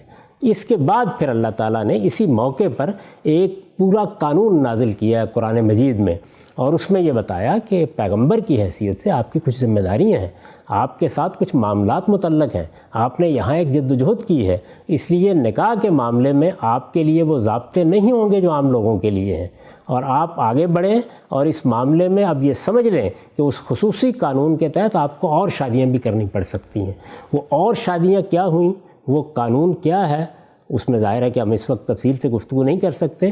اس کے بعد پھر آپ نے 3 مزید شادیاں اس ذمہ داری کو پورا کرنے کے لیے کی ہیں جو ان خواتین سے متعلق آپ پر عائد ہوئی، جن کا ہم آگے چل کے ذکر کریں۔ ٹھیک، ہم سب ہمارا وقت یہاں پر ختم ہوتا ہے۔ رسول اللہ صلی اللہ علیہ وسلم کی شادیوں کے حوالے سے ناظرین کرام گفتگو جاری تھی۔ جو اعتراضات بالعموم مستشرقین کی جانب سے اٹھائے جاتے ہیں ان کا بہت تفصیل سے ہم نے تاریخ کی روشنی میں، علم اور عقل کے مسلمات کی روشنی میں جائزہ لیا اور جاننے کی کوشش کی کہ رسول اللہ صلی اللہ علیہ وسلم نے اپنی بشری حیثیت میں جو نکاح کیے وہ کون کون سے تھے، اس کا کیا پس منظر تھا، کیا سینیریو تھا، اور رسول اللہ صلی اللہ علیہ وسلم کی جو منصبی حیثیت ہے، اللہ تعالیٰ نے آپ کو ایک مشن پر مامور کیا تھا، اس کی ضروریات اور تقاضے کیا تھے، اس کے تحت آپ نے کون کون سے نکاح کیے۔ یہ موضوع ابھی جاری ہے، اور رسالت صلی اللہ علیہ وسلم کی شادیوں کے حوالے سے اور بھی بہت سارے سوالات ہیں جو ہم غامدی صاحب سے انشاءاللہ آئندہ نشست میں پوچھیں گے۔ میزبان محمد حسن الیاس کو اجازت دیجیے، اللہ حافظ۔ ہم سب وہ جو گزشتہ پروگرام میں ہم نے جس موضوع پر گفتگو کا آغاز کیا تھا، رسالت صلی اللہ علیہ وسلم کی شادیاں، جن پر بالعموم مستشرقین کی روایت کی جانب سے بہت اعتراضات اٹھتے ہیں، آپ نے بڑے مفصل انداز میں ان شادیوں کے بارے میں بتایا تھا کہ رسول اللہ صلی اللہ علیہ وسلم نے خود اپنی خواہش سے کون سی شادی کی، وہ کون سی ضروریات جو آپ کے مشن سے متعلق تھیں پیدا ہوئیں، اور ہم پہنچے یہاں تک تھے کہ رسالت صلی اللہ علیہ وسلم نے اپنی ہی ایک پھپھو ذات خاتون کا نکاح اپنے آزاد کردہ غلام سے کروا دیا تھا۔ ربط کلام کے لیے میں چاہوں گا کہ آپ جو گزشتہ آپ صلی اللہ علیہ وسلم کے نکاح تھے ان کی نوعیتوں کو واضح کرتے ہوئے اس سوال کا جواب دیں۔ لوگ عام طور پہ یہ پوچھتے ہیں، اور جب میں نے مستشرقین کا لٹریچر دیکھا تو اس میں نعوذ باللہ بہت ہی منفی انداز میں اس واقعے کو پیش کیا گیا ہے کہ آپ صلی اللہ علیہ وسلم نے گویا ایک منکوحہ خاتون جو کہ نکاح یافتہ تھیں ان سے طلاق کروا کے نعوذ باللہ کوئی نکاح کیا. تو مجھے بتائیے گا کہ کیا نوعیت تھی ان کے نکاح کی؟ ایک غلام سے نکاح ہوا، کیا وہ مشکلات پیش نظر تھیں جس کے بعد سعد مآب صلی اللہ علیہ وسلم کو وہ نکاح کرنا پڑا؟ میں پیچھے عرض کر چکا، زینب بنت جہش ان کا اسم گرامی ہے. یہ رسالت مآب صلی اللہ علیہ وسلم کی پھوپھی ذات بہن ہے. رسالت مآب صلی اللہ علیہ وسلم نے، میں بڑی تفصیل کے ساتھ اس سے پہلے عرض کر چکا ہوں کہ یہ کوشش کی کہ غلاموں کا مرتبہ بلند کیا جائے. یہ لوگ تو آج عام طور پر کہہ دیتے ہیں نا کہ غلامی کے معاملے میں کیا کیا اسلام نے. تو میں نے آپ کو یہ بتایا تھا کہ اسلام نے غلامی کا دروازہ تو بند کر دیا. یہ کہہ دیا کہ آئندہ کسی جنگی قیدی کو غلام نہیں بنایا جائے گا. یہ بات سورہ محمد میں بالکل واضح طریقے سے بیان کر دی گئی ہے. غلام جہاں سے بنائے جاتے تھے وہ جنگیں ہی تھیں. اسی کو کسی حد تک جائز بھی سمجھا جاتا تھا. ابتدا بھی یہیں سے ہوئی، یعنی مختلف قبیلے جب ایک دوسرے پر حملہ آور ہو گئے تو اس میں سزا کے طور پر غلامی کا آغاز ہوا، لیکن آہستہ آہستہ ایک پورا انسٹیٹیوشن بن گیا. سینکڑوں کی تعداد میں غلام ہو گئے، ان کی منڈیاں لگ گئیں، وہ بکنے لگ گئے. یہ صورتحال تھی جس سے اسلام کو یا رسالت مآب صلی اللہ علیہ وسلم کی دعوت کو سابقہ درپیش تھا. ابتدا ہی میں یہ اعلان کر دیا گیا کہ فک و رقبہ، لوگوں گردنیں چھڑاؤ. لیکن گردنیں چھڑانا کوئی آسان کام تو نہیں تھا. جہاں غلام بنانے پہ پابندی لگائی گئی وہاں بہت سی اصلاحات کا ڈول ڈالا گیا کہ اب یہ معاشرے میں جو لوگ موجود ہیں ان کا مرتبہ بلند کیا جائے. خاص طور پر عورتوں کا مرتبہ برابر کا ہو، یہ خاندانی عورتوں کے برابر آ کر اپنے گھر بسائیں. اس طرح کے بے شمار اقدامات ہیں جن کی فہرست آپ بنا سکتے ہیں جو اس خاص مقصد کو سامنے رکھ کے کیے گئے. تو یہ اقدام بھی اسی چیز کو سامنے رکھ کے کیا گیا تھا. یعنی اگر رسول اللہ کی پھوپھی ذات بہن وہ ایک آزاد کردہ غلام سے بیاہی جائیں گی، یہ گھر بس جائے گا اور اس طرح سے زید بن حارثہ کا مرتبہ سوسائٹی میں مان لیا جائے گا، تو آپ دیکھیں نا کتنا بڑا اصلاحی کام ہو جائے گا. تو رسول اللہ صلی اللہ علیہ وسلم نے یہ غیر معمولی اظہار کیا. اس کے لیے دونوں ہی آسانی سے آمادہ نہیں ہو سکتے تھے، یعنی دونوں کو ترغیب دی. زید بن حارثہ بھی یہ محسوس کرتے تھے کہ ایک خاندانی عورت کے ساتھ اور ایک بڑے خاندان کی عورت کے ساتھ، اور جو بہرحال اپنی ایک خاص شخصیت بھی رکھتی ہیں، ان کے ساتھ میں نکاح کروں گا تو نبھا سکوں گا، یہ حیثیت برابری کی ہو سکے گی، میں شوہر کی حیثیت سے اپنی ذمہ داریاں ادا کر سکوں گا. اور دوسری جانب پھوپھی ذات بہن کے لیے بھی آمادہ ہونا کوئی آسان کام نہیں تھا. تو رسول اللہ صلی اللہ علیہ وسلم کی عزت کو، آپ کے احترام کو، آپ کی ترغیب کو پیش نظر رکھتے ہوئے دونوں آمادہ ہو گئے. اب نباہ تو ایسی چیز نہیں ہے نا کہ جو کسی کے احترام میں ہو سکتا ہے.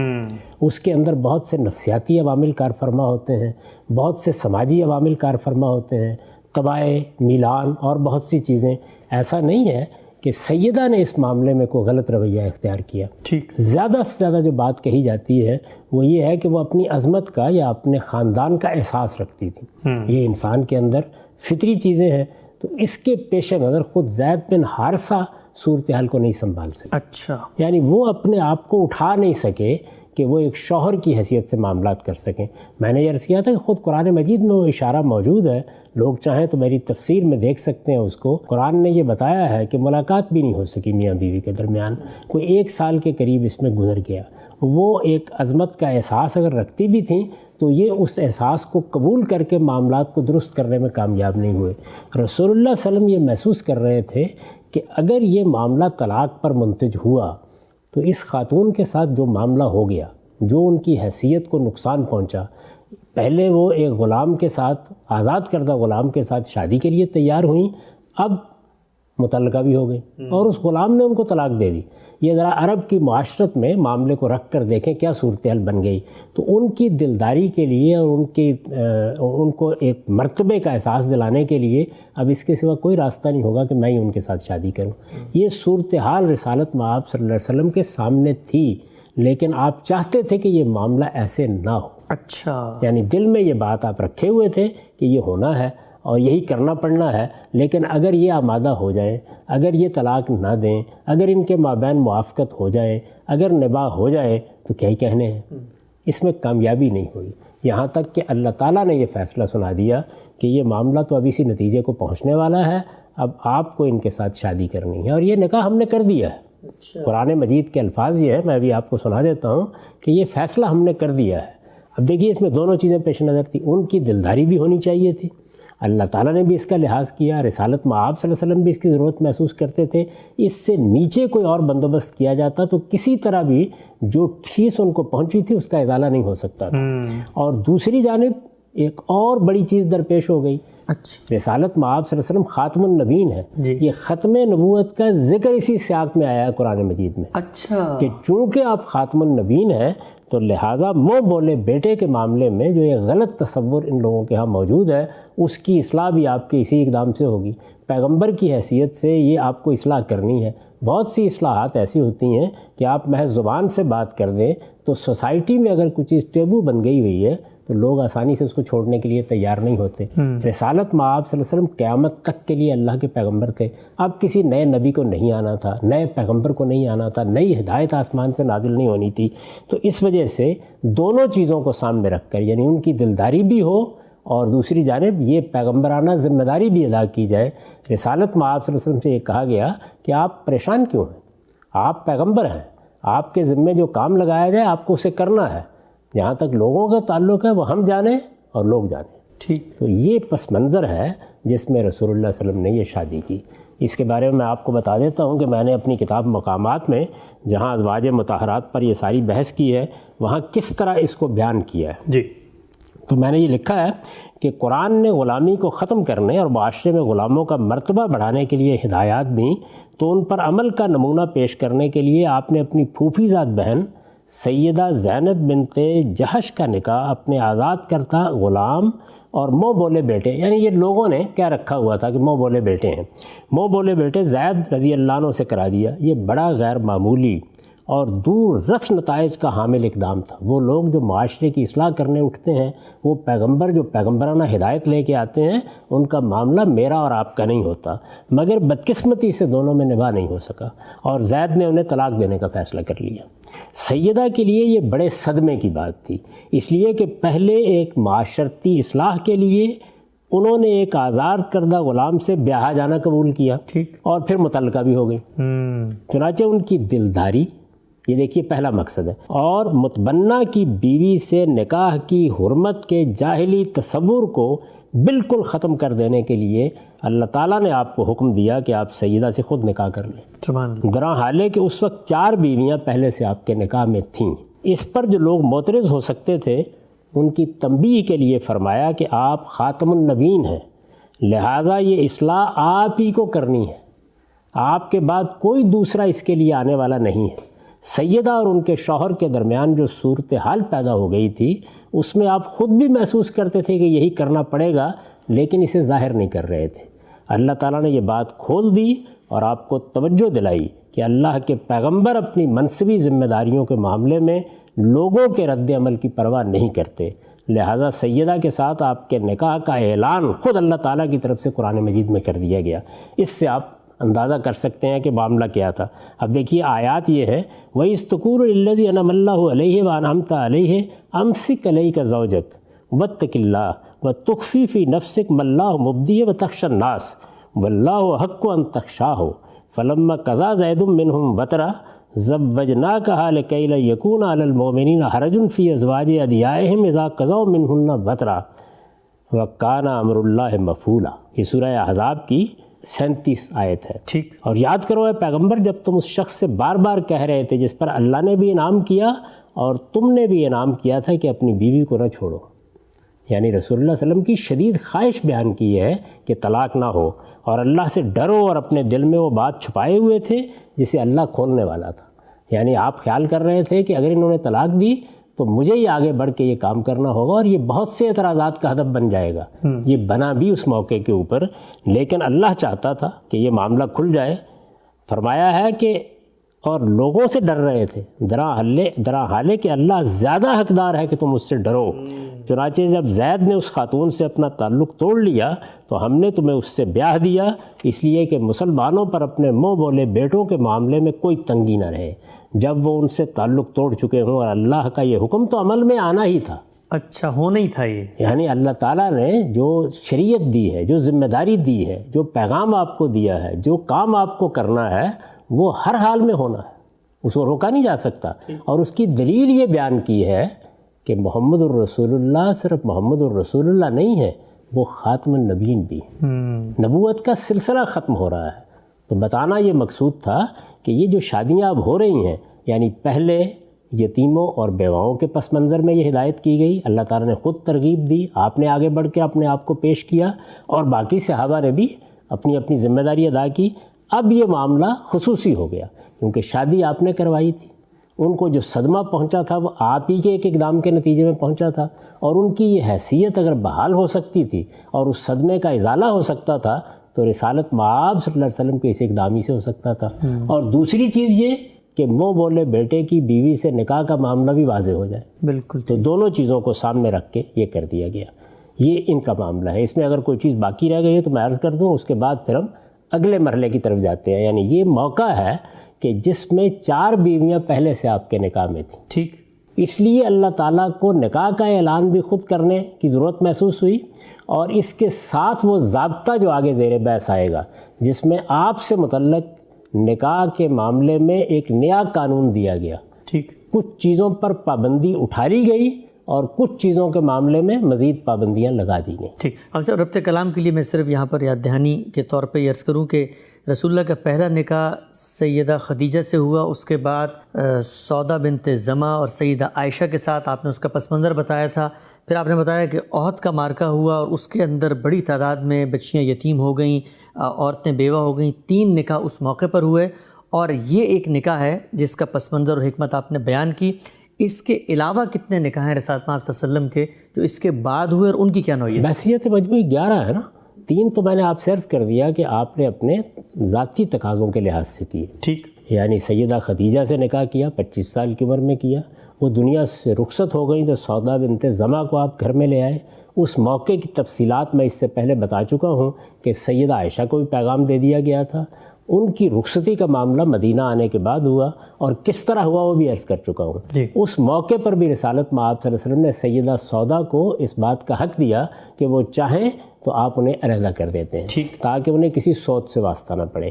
تو یہ سارا پس منظر آپ کے ذاتی نکاحوں کا تھا۔ اس میں ادنا درجے میں بھی آپ دیکھ سکتے ہیں کہ کسی خواہش نفس کا کوئی سوال ہی نہیں ہے، اتنا ہی دائرہ ہے جس کے اندر کوئی چیز بھی آپ انگلی رکھ کے نہیں بتا سکتے کہ قابل اعتراض ہے۔ ٹھیک۔ اس کے بعد میں نے یہ گزارش کی تھی کہ اب آپ کی اجتماعی ذمہ داریاں شروع ہو گئیں۔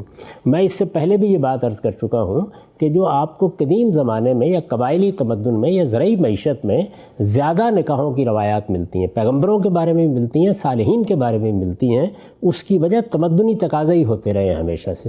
اس میں خاص طور پر میں نے قبائلی معاشرت کے بارے میں یہ عرض کیا تھا کہ وہاں آدمی کے لیے جینے کی اس کے سوا کوئی صورت ہی نہیں تھی کہ اس کے دائیں بائیں اس کے بیٹے 25-30 کی تعداد میں کھڑے ہوں۔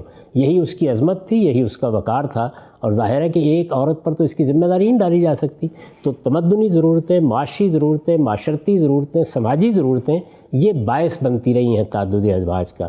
ہم اصل میں حاضر میں کھڑے ہو جاتے ہیں، آج کے حالات کو دیکھتے ہیں اور ماضی پر تبصرہ شروع کر دیتے ہیں۔ ماضی کو ماضی کے اندر کھڑے ہو کے سمجھنا چاہیے کہ اس میں کیا مسائل پیش آتے ہیں، کس طرح پیش آتے ہیں، ان سے نمٹنے کے کیا طریقے ہوتے ہیں۔ یہ آپ کے علم میں ہے کہ مغربی ملکوں میں لوگوں نے قانون سازی کی، جی، اور اس قانون سازی میں طلاق دینے کے معاملے کو شادی کرنے کے معاملے میں بڑی مشکلات پیدا کر دی گئی۔ جی، جب مشکلات پیدا کر دی گئی تو آپ دیکھیے کہ لوگوں نے یہاں بوائے فرینڈ گرل فرینڈ کا ایک پورا انسٹیٹیوشن قائم کر ڈالا۔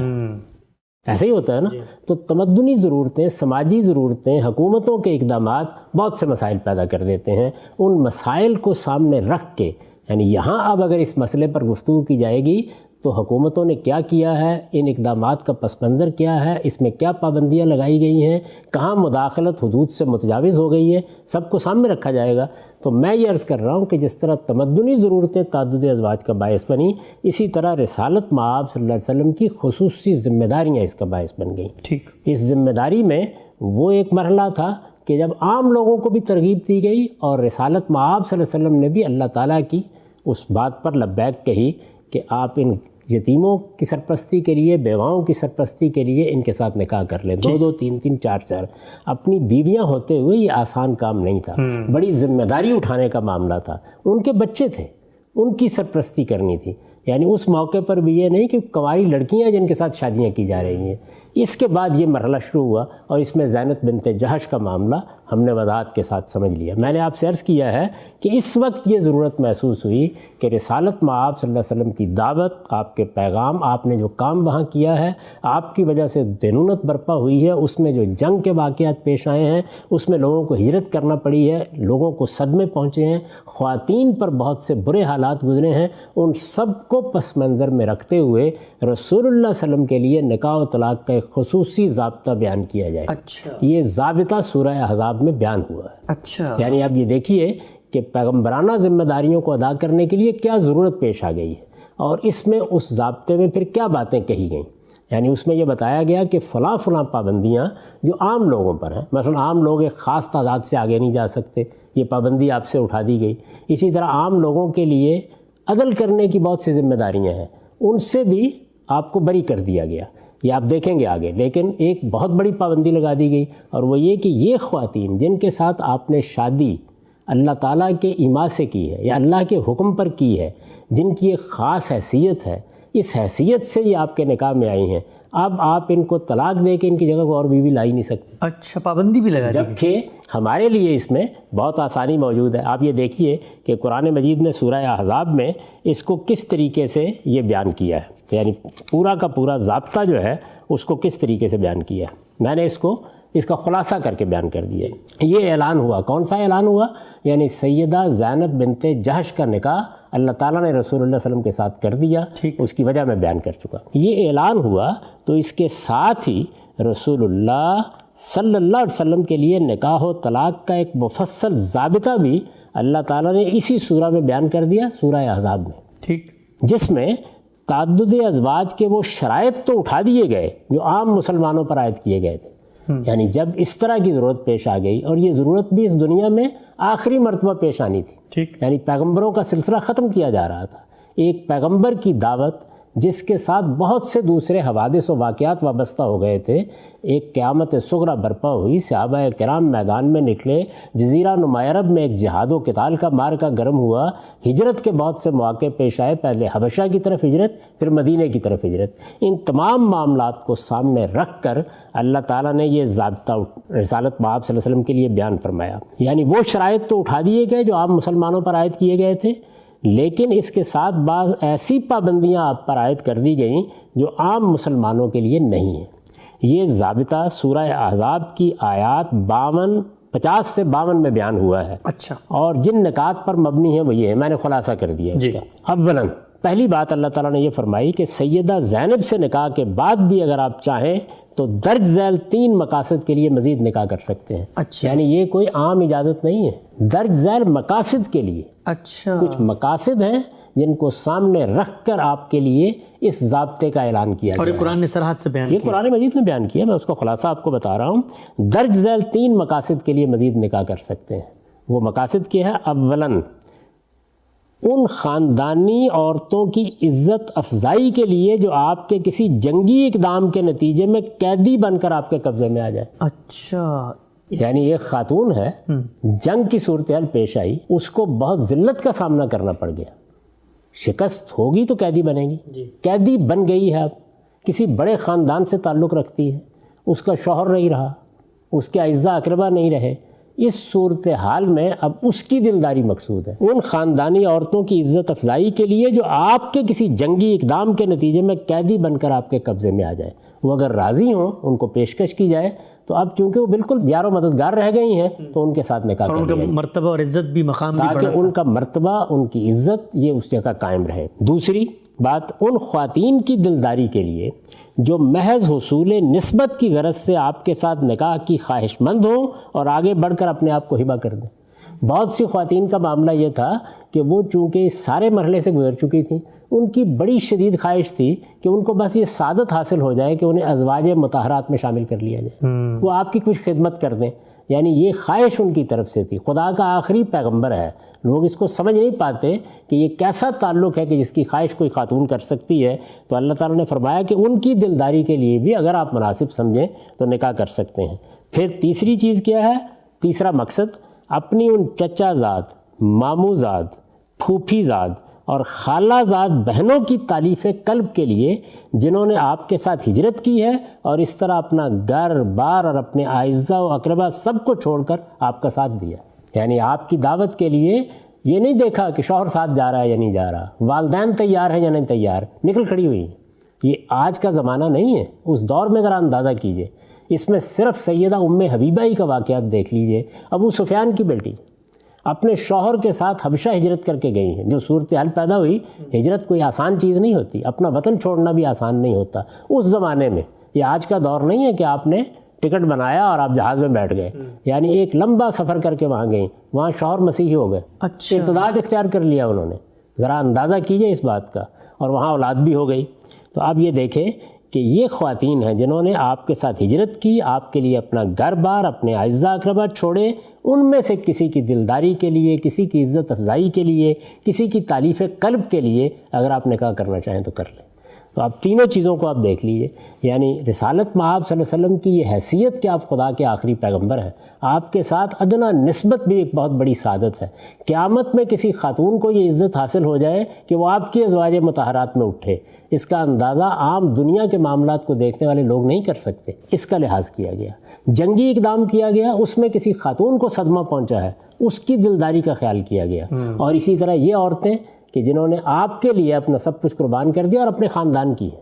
ٹھیک. یعنی آپ دیکھیں اس میں گنوایا ہے, چچا زاد ہیں, ماموں زاد ہیں, پھوپھی زاد ہیں, خالہ زاد, اس خاندان سے تعلق رکھتی ہیں. قریبی تعلق کے باوجود انہوں نے یہ مصیبت اٹھائی ہے, ہجرت کی ہے, یہ سارے معاملات جھیلے ہیں, جنگ کی مصیبتیں برداشت کی ہیں. ان کو اگر آپ اپنے نکاح میں لانا چاہیں تو لے آئیں.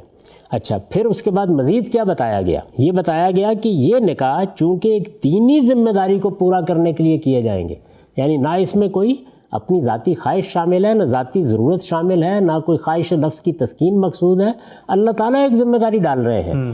یہ نکاح چونکہ ایک دینی ذمہ داری پوری کرنے کے لیے کیے جائیں گے, اس لیے اپنی بیویوں کے ساتھ بالکل یکساں تعلق رکھنے کی ذمہ داری آپ پر عائد نہیں ہوتی.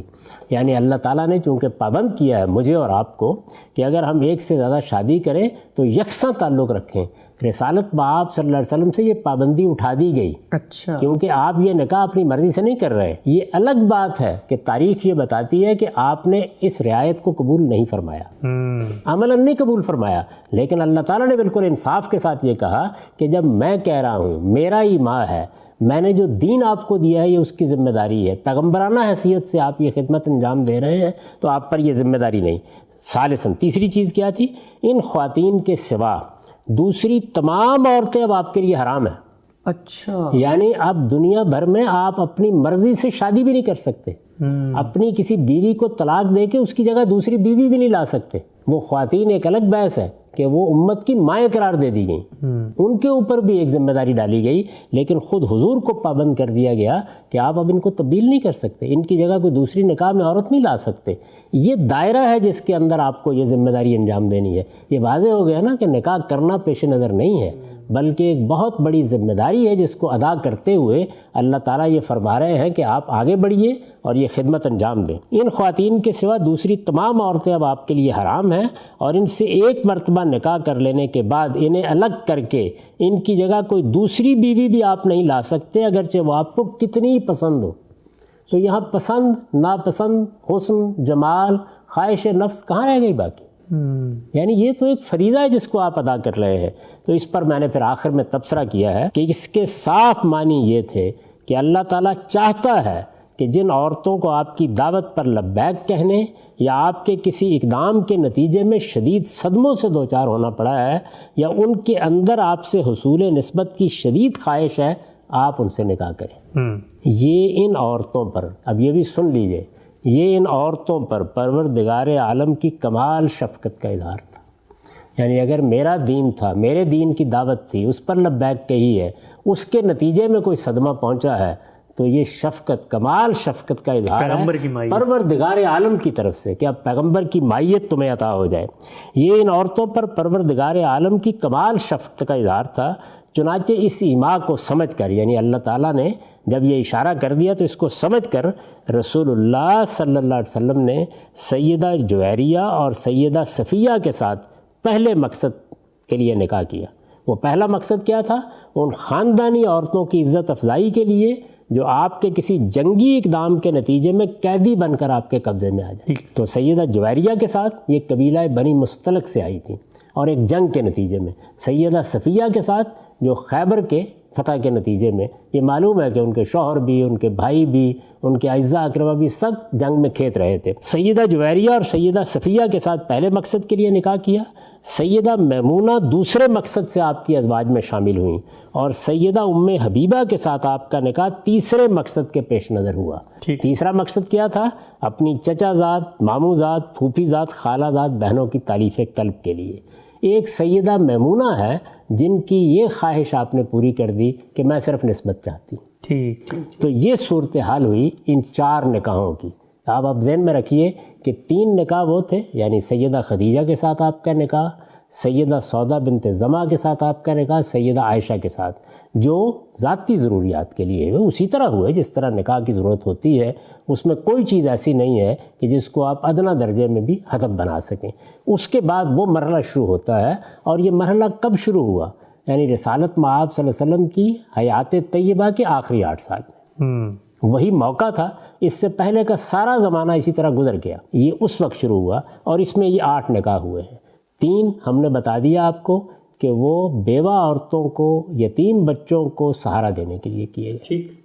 وہ 3 نکاح تھے، اس کا بھی آپ نے سن لیا کہ وہ سیدہ حفصہ کے ساتھ ہوا، یہ عمر رضی اللہ عنہ کی بیٹی ہیں، زینب بنت خزیمہ کے ساتھ ہوا، ام سلمہ بنت ابی امیہ کے ساتھ ہوا۔ یہ 3 نکاح تھے۔ پھر زینب بنت جہش کا معاملہ، زینب بنت جہش کا معاملہ پیش آ گیا، اس کا پس منظر بھی پوری وضاحت کے ساتھ میں نے آپ کی خدمت میں عرض کر دیا۔ یہ 4 نکاح اس کے بعد ہوئے، تو اس لحاظ سے یہ 8 نکاح اور پہلے وہ 3، تو ان کی تعداد 11 بنتی ہے۔ پھر آخر میں نے لکھا ہے کہ اس سے واضح ہے کہ یہ ایک خالص دینی ذمہ داری تھی جو نبوت و رسالت کے منصبی تقاضوں سے رسول اللہ صلی اللہ علیہ وسلم پر عائد ہوئی، اور آپ نے اسے پورا کر دیا۔ بشری خواہشات سے اس کا کوئی تعلق نہ تھا، چنانچہ ضروری تھا کہ اسے عام قانون سے مستثنیٰ رکھا جائے۔ سورہ احزاب کا جو ضابطہ اوپر مذکور ہے وہ اسی استثناء کو بیان کرتا ہے۔ یہ پوری بات ہے رسالت مآب صلی اللہ علیہ وسلم نے جو نکاح کیے ہیں، یہ ان کا پس منظر ہے، یہ ان کی حقیقت ہے۔ اب آدمی کے سامنے 2 راستے ہوتے ہیں، وہ کسی چیز کو اس کی اصل حقیقت میں سمجھے، وہ رسالت مآب صلی اللہ علیہ وسلم کے مشن کو سامنے رکھ کر آپ کی شخصیت کا مطالعہ کرے، اور یا پھر یہ ہے کہ اپنے خبث باطن کے اظہار کے لیے جو الزام چاہے لگا دیں۔ ٹھیک، ہم سب بہت شکریہ، جزاکم اللہ خیر۔ آپ نے اتنی تفصیل سے رسالت مآب صلی اللہ علیہ وسلم کی جو نکاح ہیں ان کی نوعیت کو واضح کیا۔ کچھ سوالات ابھی بھی باقی ہیں، لوگ پوچھتے ہیں۔ ایک لفظ اور ایک نام بہت آپ صلی اللہ علیہ وسلم کی زندگی کے بارے میں جو ہم جانتے سامنے آتا ہے، ماریہ قبطیہ رضی اللہ تعالی عنہا، ان کا ذکر یہاں ہمیں نہیں ملتا۔ کہا جاتا ہے کہ شاہ مصر کی طرف سے انہیں آپ صلی اللہ علیہ وسلم کی خدمت میں بھیجا گیا، آپ نے قبول فرمایا، تو بعض روایتوں میں آتا ہے کہ شاید نکاح فرما لیا تھا، بعض میں آتا ہے کہ نہیں آپ کے ساتھ وہ رہیں، تو اس کو کہاں پلیس کریں گے؟ اس پہ جو سوال ہوتے ہیں پھر یہ ضابطہ جو میں نے ابھی آپ کے سامنے بیان کیا ہے، آپ نے اس میں یہ سنا ہوگا کہ یہ بتا دیا گیا اس میں کہ اب آپ اس دائرے سے باہر نکاح کر ہی نہیں سکتے، پابندی لگ گئی، اس وجہ سے اب نکاح تو آپ کر نہیں سکتے تھے۔ ایک خاتون کو بھیج دیا گیا، چنانچہ اسی حیثیت سے آپ نے اس کو رکھا جس حیثیت سے اس سے پہلے خواتین لوگوں کے ہاں موجود تھیں۔ اچھا، رسالت مآب صلی اللہ علیہ وسلم نے یہ اقدام کیوں کیا؟ اس لیے یہ اقدام کیا گیا تاکہ ایک جانب غلامی پر پابندی لگائی جا رہی ہے، دوسری جانب غلاموں کے ساتھ کیا سلوک کرنا چاہیے، ان کو گھروں میں کیسے رکھنا چاہیے، ان کو کیسے عزت دینی چاہیے، باوجود اس کے کہ غلامی کا داغ ان کی پیشانی پر لگا ہوا ہے اور یہ معاشرے نے لگا دیا ہے، لیکن ہم ان کو کس حد تک اوپر اٹھا سکتے ہیں۔ تو یہ چیز ہے جس کا لحاظ کرتے ہوئے رسول اللہ صلی اللہ علیہ وسلم نے اپنے ہی پاس رکھا اور لوگوں کے سامنے ایک بہترین نمونہ پیش کیا تاکہ یہ معلوم ہو کہ عزت کیسے دی جاتی ہے، وقار کس طرح ملحوظ رکھا جاتا ہے، اور کیسے ایک خاتون کو اسی درجے میں لے آیا جاتا ہے۔ یعنی نکاح کیا ہے؟ 2 بول پڑھنے تھے نا، اس کے سوا کچھ نہیں تھا۔ پھر ایک دوسری مشکل بھی تھی، یعنی ایک طرف تو اللہ تعالیٰ نے جو قانون بنا دیا اس کی خلاف ورزی نہیں ہو سکتی تھی، ایک دوسری مشکل یہ تھی، اگر آپ قرآن مجید کا مطالعہ کریں تو ازواج مطہرات پر ایک بڑی بھاری ذمہ داری ڈال دی گئی تھی، بعض پابندیاں ان پر عائد کر دی گئی تھی۔ اور ان کو وہ پابندیاں عائد کرنے سے پہلے یہ موقع دیا گیا تھا کہ وہ چاہیں تو حضور کو چھوڑ کر چلی جائیں. ٹھیک. انہوں نے اپنی مرضی سے آپ کا انتخاب کیا, اپنی رضامندی سے انتخاب کیا. تو ظاہر ہے کہ اس کے لیے ایک خاص حوصلہ چاہیے, ایک خاص درجے کا ایمان چاہیے, ایک خاص درجے کا دین کا فہم اور شعور چاہیے. اس کے لیے رسالت مآب صلی اللہ علیہ وسلم کی شخصیت کے ساتھ ایک خاص درجے کا تعلق چاہیے. اور یہ سب کیوں کیا گیا تھا؟ اس لیے کیا گیا تھا کہ آپ کے گھرانے کو اسکینڈلائز کرنے کی کوششیں ہو رہی تھیں. اس کے پس منظر پر میں نے بڑی تفصیلی گفتگو کی ہے جب حجاب کے احکام پر ہم نے اعتراضات کا جواب دیا ہے. تو اس موقع کے اوپر یہ بات واضح کر دی گئی تھی کیا صورتحال تھی. تو ظاہر ہے کہ اگر ان کو ازواج مطہرات میں شامل کر لیا جاتا تو وہ سارے خدشات موجود تھے کہ جن کی وجہ سے ان پر حجاب کی پابندیاں بھی عائد ہوئیں, جن کی وجہ سے ان کو تخیر کا موقع بھی دیا گیا. یہ کسی طرح موضوع نہیں تھا, اس لیے کہ ایک خاتون مصر سے آ کر یک بیک وہ سارے مراحل نہیں طے کر سکتی تھی ذہنی لحاظ سے جو یہ خواتین ازواج مطہرات جن کو ہم کہتے ہیں وہ طے کر چکی تھیں. تو یہ سارا پس منظر ہے کہ جس میں آپ نے پھر ان کے ساتھ شادی نہیں کی. ٹھیک. ہم سب کچھ لوگ یہ بھی کہتے ہیں جو اعتراض کرتے ہیں کہ کیا یہ ممکن نہیں تھا کہ اگر شاہ مصر کی طرف سے اس طرح کا کوئی تحفہ بھیجا گیا ہے تو رسالت مآب صلی اللہ علیہ وسلم اس کو قبول کرنے سے انکار کرتے اور رد کر دیتے؟ 2 خواتین تھیں, آپ نے یعنی قبول کرنے سے انکار کر دیتے, یہ تو اس وقت کی معاشرت کے لحاظ سے ایک بڑی بیہودہ بات ہوتی, یعنی اس کے بڑے برے اثرات ہوتے. آپ نے ظاہر ہے کہ دعوت پہنچائی تھی لوگوں کو, کسی کی تحفے کو آپ کیسے قبول کرنے سے انکار کر سکتے ہیں. لیکن آپ نے ایک خاتون کو کچھ دوسرے صحابہ کو دے دیا اور ان کو اپنے پاس رکھا. اس سے ظاہر ہے کہ تحفے کی قدر افزائی کا پیغام بھی مل گیا اور دوسری جانب یہ روایت قائم کرنے کا موقع بھی مل گیا کہ اب کیا اسوہ ہوگا کہ اگر آپ کے ہاں کوئی اس طرح کی خاتون موجود ہے تو آپ اس کو عزت کس طرح دیں گے, اس کو مقام اور مرتبے کو کیسے ملحوظ رکھیں گے, ازواج کے ہوتے ہوئے اس کے ساتھ معاملہ کیسے کریں گے, اور یہ ساری چیزیں جتنی بھی ہیں ان میں دوسرے صحابہ کو کس طرح آپ کے نمونے کو سامنے رکھ کے عمل کرنا ہے. آپ ذہن میں رکھیے کہ 2 کام بیک وقت ہو رہے ہیں. یعنی ایک جانب غلامی پر پابندی لگائی جا رہی ہے کہ آئندہ غلام نہیں بنایا جائے گا, دوسری جانب جو غلام بن چکی ہیں خواتین یا مرد غلام بن چکے ہیں ان کے مرتبے کو بلند کرنے کا کام ہو رہا ہے. تو مرتبے کو بلند کرنے کا اس سے بہترین طریقہ اور کیا ہو سکتا تھا کہ رسالت مآب صلی اللہ علیہ وسلم خود یہ عزت بخشے, خود یہ مقام دیں ان کو. تو آپ نے ایسا ہی کیا. اصل میں یہ آج کے زمانے میں کھڑے ہو کر ماضی کا جائزہ لینا ہے. اس وقت کی صورتحال کیا تھی, اس میں ان خواتین کی ذہنیت کیا بن جاتی تھی, ان کا پس منظر کیا ہوتا تھا, ان سب چیزوں کا لحاظ کر کے آپ نے یہ فیصلہ کیا اور بالکل صحیح اصول پر فیصلہ کیا. ٹھیک. ہم سب رسالت مآب صلی اللہ علیہ وسلم کے جو نکاح ہیں, آپ کی جو شادیاں ہیں, اس پر ہم تفصیل سے آپ سے جان رہے ہیں, جو سوالات بالعموم پیش کی جاتے ہیں.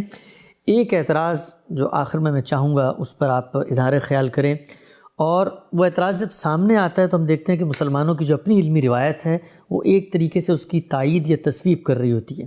سیدہ عائشہ سے رسول اللہ صلی اللہ علیہ وسلم کا نکاح کہا جاتا ہے کہ آپ کی عمر شاید 9 سال تھی, بعض روایتوں میں کہتے ہیں کہ اس سے بھی کم تھی. آج کے جدید دور میں مستشرقین کی روایت کو تو ایک طرف رکھیں, خود ہماری جو جدید معاشرت ہے اس میں بھی جب ہم یہ سنتے ہیں تو دل کانپ جاتا ہے کہ کیا یہ ممکن ہے کہ اتنی چھوٹی عمر کی کسی بچی کے ساتھ پیغمبر کائنات جو ہیں وہ نکاح کر سکتے ہیں. تو یہ مجھے بتائیے گا کہ یہ اعتراض جو اس ضمن میں ہوتا ہے رسول اللہ کے نکاحوں کے معاملے میں, سیدہ عائشہ کی عمر کیا تھی جب آپ کا رسول اللہ سے نکاح ہوا؟ اس سے پہلے ہم اس بات پر بڑی تفصیلی گفتگو کر چکے ہیں کہ یہ معاملہ سیدہ خدیجہ کی وفات کے بعد ہوا کیسے. جی ذرا دوبارہ تازہ کیجئے اسے ذہن میں. جی. یعنی سیدہ کے ساتھ 25 سال آپ کی رفاقت رہی, وہ دنیا سے رخصت ہو گئیں. اس وقت آپ کی عمر 50 سال کے قریب تھی, آپ کے گھر میں بچیاں بھی موجود تھیں. اس موقع پر ایک خاتون نے, اس سے پچھلی نشست میں ہم نے بڑی تفصیل سے ذکر کیا تھا, سیدہ خولہ نے آپ کو یہ کہا کہ میں یہ محسوس کرتی ہوں کہ جب سے خدیجہ دنیا سے رخصت ہوئی ہے آپ کچھ محتاج سے ہو کے رہ گئے ہیں. یہ موضوع نہیں کہ میں آپ کے لیے کہیں پیغام دوں کہ آپ شادی کر لیں. اب یہ دیکھیے کہ یہ گفتگو ذرا ذہن میں رکھیے گا. جی. ایک خاتون, عام طور پر بزرگ خواتین ہوتی ہیں, معاملات کو سمجھتی ہیں. ہمارے ہاں دیہات میں یہی روایت ہوتی ہے کہ وہ اس طرح کا ذکر کریں گی. وہ کیا کہہ رہی ہیں کہ آپ پر گھر در کے معاملات کی ذمہ داری بھی ہے, آپ کو خود بھی اس کی ضرورت محسوس ہوتی ہوگی, سیدہ کی رفاقت سے محرومی کا صدمہ بھی ہے. اس صورتحال میں آپ کے گھر کو آباد کرنے کے لیے کیا یہ موضوع نہیں ہوگا کہ میں آپ کی طرف سے کسی کو پیغام دوں؟ رسالت مآب صلی اللہ علیہ وسلم نے اپنی طرف سے کسی خواہش کا اظہار کیا؟ نہیں. آپ نے یہ پوچھا کہ کیا کوئی رشتہ ہے، یہ آپ ابن سعد کو، جو سب سے پہلی تاریخ کی کتاب ہے ہمارے ہاں، یعنی جس میں سیرت کا ایک پورا باب بھی ہے، آپ اس کو نکال کے پڑھیے اور پھر یہ دیکھیے کہ اس میں کیا گفتگو ہو رہی ہے۔ یعنی رسول اللہ صلی اللہ علیہ وسلم ان سے کہتے ہیں کہ کیا کوئی رشتہ ہے؟ وہ جواب میں یہ کہتی ہیں کہ دونوں ہیں، یعنی کماری بھی ہے اور شوہر دیدہ بھی ہے۔ ٹھیک، شوہر دیدہ کون ہے؟ سیدہ سودا بنت زمع، 50 سال کی ایک بیوہ خاتون ہے۔ کماری کون ہے؟ آپ کے دوست، آپ کے بھائی صدیق رضی اللہ عنہ کی بیٹی سیدہ عائشہ۔ اس خاتون کے بارے میں جو یہ بات کر رہی ہے، آپ سمجھتے ہیں کہ اس کا ذہنی توازن ٹھیک تھا؟ اس نے یہ بات بقائمی ہوش و حواس کہی ہے جی، کہ 6 سال کی ایک بچی کو آپ گھر میں لے آئیں، جبکہ بچیاں گھر میں ہیں، انہیں کو سنبھالنا ہے۔ آپ باور کرتے ہیں یہ بات؟ یعنی یہ وہ کہہ سکتی ہے؟ اچھا، رسالت مآب صلی اللہ علیہ وسلم نے خواہش کا اظہار کیا ہوتا تو ہم کہتے کہ کوئی پیغمبرانہ مقصد پیش نظر ہے۔ سیدنا صدیق نے اپنی طرف سے پیشکش کی ہوتی تو ہم کہہ سکتے تھے کہ انہوں نے کہا میری چھوٹی ایک بچی ہے، اسما کا معاملہ تو پہلے ہو چکا، تو میں یہ چاہتا ہوں کہ یہ سعادت حاصل ہو جائے۔ نہ ادھر سے کوئی ایما ہے، نہ ادھر سے کوئی بات ہے۔ ٹھیک، تو اب ظاہر ہے کہ بالکل عام عقلی اصولوں پر دیکھنا پڑے گا۔ آپ باور کرتے ہیں کہ کوئی خاتون یہ بات کہے گی؟ نہیں، یعنی 6 سال کی بچی کے بارے میں کہے گی؟ وہ تو بچیاں گھر پہ ہیں۔ 9 سال کی بچی کے بارے میں یہ کہے گی؟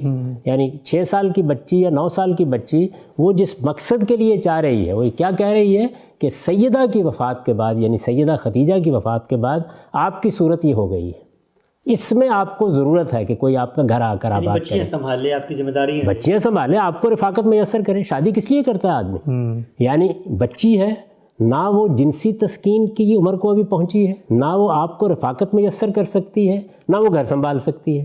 تو آپ اس خاتون کے بارے میں، جو ایک بزرگ خاتون ہے، ایک مشورہ دے رہی ہیں، کیا رائے قائم کرتے ہیں؟ بقائمی ہوش و حواس یہ بات کی جا سکتی ہے کہ ممکن نہیں ہے۔ اچھا، اس کے بعد آگے دیکھیے، وہ جاتی ہیں اور جا کر صدیق رضی اللہ عنہ کے گھر میں پیغام دیتی ہیں۔ آگے سے جواب کیا ملتا ہے کہ ہم تو سیدہ کا معاملہ پہلے ہی طے کر چکے ہوئے ہیں۔ 6 سال کی بچی کا معاملہ اگر سال پہلے طے ہوا تھا تو 5 سال کی بچی کا معاملہ لوگ طے کر دیا کرتے ہیں، ایسے ہی ہوتا ہے۔ اچھا، پھر آپ فرمائیں گے کہ چلیے کر دیا ہوگا، دیہات کا قبائلی معاشرہ ہے، وہ تو یہ کہہ رہے ہیں کہ ہم انتظار کر رہے ہیں کہ وہ رخصتی کرائیں، تو اتنی جلدی تو رخصت، لیکن چونکہ ہم مسلمان ہو گئے ہیں تو اب ان کے تیور کچھ بدلے بدلے لگ رہے ہیں۔ آپ یہ اندازہ کر سکتے ہیں کہ یہ کسی طرح ممکن ہے؟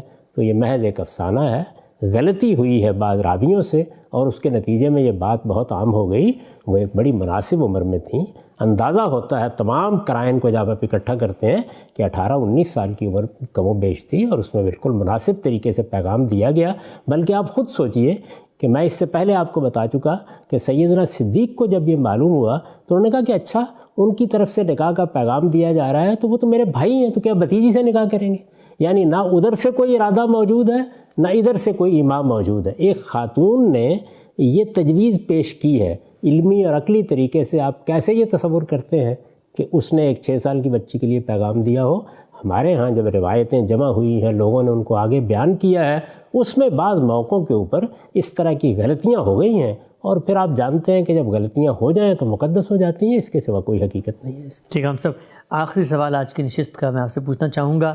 رسالت مآب صلی اللہ علیہ وسلم کے جو نکاح تھے، آپ کی جو شادیاں تھیں، اس میں ہر نکاح کو آپ نے تفصیلاً اپنی کتاب مقامات میں اپنے لکھے ہوئے مضمون کو پڑھ کے زیر بحث لایا، اپنے تفصیل سے بتایا۔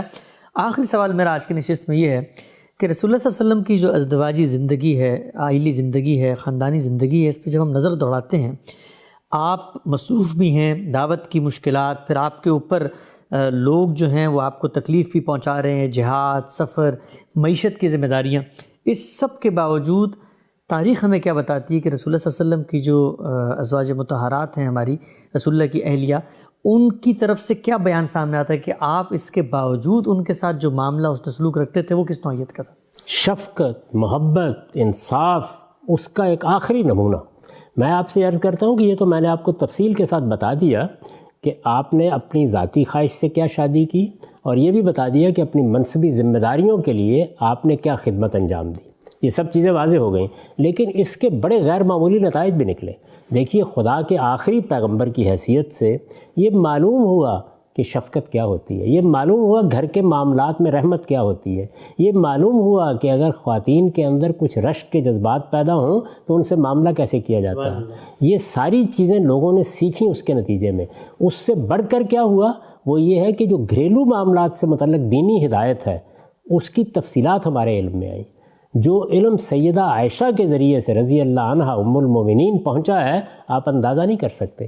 میں نے ایک موقع کے اوپر تبصرہ کیا ہے کہ وہ اگر فقہا کے امام کی حیثیت سے صحابہ میں کسی کو تلاش کیا جائے، یعنی تفقہ فی الدین، دین کی بصیرت میں امامت کا مقام کس کو حاصل ہے، تو میں سیدہ کا نام لوں گا۔ سبحان اللہ۔ ایسی غیر معمولی خاتون ہے۔ آپ مثالیں دیکھیں تو حیرانی ہو جاتی ہے کہ کیسے انہوں نے بڑے بڑے جلیل القدر صحابہ کو قرآن کی بعض آیات کے فہم کی طرف توجہ دلائی ہے، تضادات کی نشاندہی کی ہے اور یہ بتایا ہے کہ اللہ کی کتاب تو یہ کہتی ہے، بعض غلط تصورات کی نفی کی ہے اور لوگوں کو اس کے بارے میں تنبیہ کی ہے، توجہ دلائی ہے۔ میں نے ایک موقع کے اوپر یہ لکھا ہے کہ حدیث کے نقد کے درایت کے لحاظ سے جتنے اصول ہیں وہ سب سیدہ کے بعض اقدامات سے اخذ کیے جا سکتے ہیں۔ ایک پورے فن کو آپ ان کے اقدامات سے، ان کے تبصروں سے ماخوذ کر سکتے ہیں۔ تو اس طرح سے یہ جو کچھ بھی ہوا اس کے پھر غیر معمولی نتائج نکلے۔ جب ہم کسی پیغمبر کی زندگی کا مطالعہ کرتے ہیں تو عام حالات سے اٹھ کے مطالعہ کرنا چاہیے۔ یہ دیکھنا چاہیے کہ ایک جلیل القدر پیغمبر نے شادی نہیں کی تو کیوں نہیں کی، دیکھنا چاہیے نا۔ یہ بھی تو خلاف فطرت ہے۔ اور یہ معلوم ہے کہ اس کا ایک نتیجہ نکلا، اور وہ نتیجہ یہ نکلا کہ مسیحیت میں رہبانیت کی ایک پوری روایت قائم ہو گئی۔ لیکن بہرحال کوئی مقصد تھا، اس وقت وہ میرا موضوع نہیں، ورنہ میں آپ سے عرض کرتا کہ اس میں بھی خدائی منشا کیا تھا۔ اور ادھر یہ دیکھنا چاہیے کہ خدا کے آخری پیغمبر کی حیثیت سے ہر معاملے میں، اور سب سے بڑھ کر معاشرت کے لیے ضروری ہوتا ہے، یہ بتا دیا کہ لونڈیوں کے ساتھ کیسا معاملہ ہونا چاہیے، یہ بتا دیا کہ اس طرح کی خواتین گھروں میں ہوں تو ان کا مرتبہ کیسے بلند کرنا چاہیے، یہ بتا دیا کہ اگرچہ رسمی طریقے سے نکاح نہیں ہوا لیکن اس سب کچھ کے باوجود ان کو کیا مرتبہ، کیا مقام دینا چاہیے اور کس حیثیت میں ان کو رکھنا چاہیے، اور یہ بتا دیا کہ ازواج اگر ہوں ایک سے زیادہ ان میں انصاف کیسے کرنا ہے، ان کے حقوق کیسے پورے کرنے ہیں، ان کے ساتھ معاملات کو کیسے متوازن رکھنا ہے۔ تو رسالت مآب صلی اللہ علیہ وسلم کی زندگی تو ایک کھلی کتاب کی زندگی ہے، اس میں ایک ایک چیز ہمارے سامنے آ جاتی ہے۔ لوگ گھروں پر پردے ڈال کر چھپانا چاہتے ہیں چیزوں کو، وہاں صورتحال یہ ہے کہ حجاب ہٹا دیے گئے ہیں اور آپ سے کہا گیا ہے کہ یہ میری زندگی ہے، اس کو جس زاویے سے دیکھنا چاہتے ہو دیکھ لو، جس طرح جائزہ لینا چاہتے ہو جائزہ لے لو، تم دیکھو گے کہ یہاں روشنی روشنی ہے، نور ہی نور ہے، یہاں ظلمت کا کوئی شائبہ بھی کہیں نہیں دیکھو گے۔ ہم سب بہت بہت شکریہ آپ کے وقت کا۔ ناظرین کرام، ہم نے گزشتہ 2 نشستوں میں بہت تفصیل سے رسالت مآب صلی اللہ علیہ وسلم کی سیرت، آپ کی زندگی، بالخصوص آپ کی جو شادیاں ہیں، آپ کی جو خاندانی زندگی ہے، اس پر اٹھنے والے وہ اعتراضات اور وہ لوگ، وہ نامراد لوگ جو اس عہد میں ہماری جدید نسلوں کو، ہمارے بچوں کو اپنے اشکالات سے متاثر کرنا چاہتے ہیں، غامدی صاحب نے بہت تفصیل سے رسول اللہ صلی اللہ علیہ وسلم کی ایک ایک نکاح کی نوعیت کو واضح کیا اور ہمیں یہ تقویت اور اعتماد دیا کہ ہم معاشرے میں کھڑے ہو کر اپنے جلیل القدر پیغمبر اور دنیا کے اندر اللہ کی آخری حجت کی زندگی کے بارے میں پورے اعتماد کے ساتھ کھڑے ہو کر لوگوں کو جواب دے سکیں۔ ہمارا وقت یہاں پہ ختم ہوتا ہے۔ میزبان محمد حسن الیاس کو یاد دیجیے۔ اللہ حافظ۔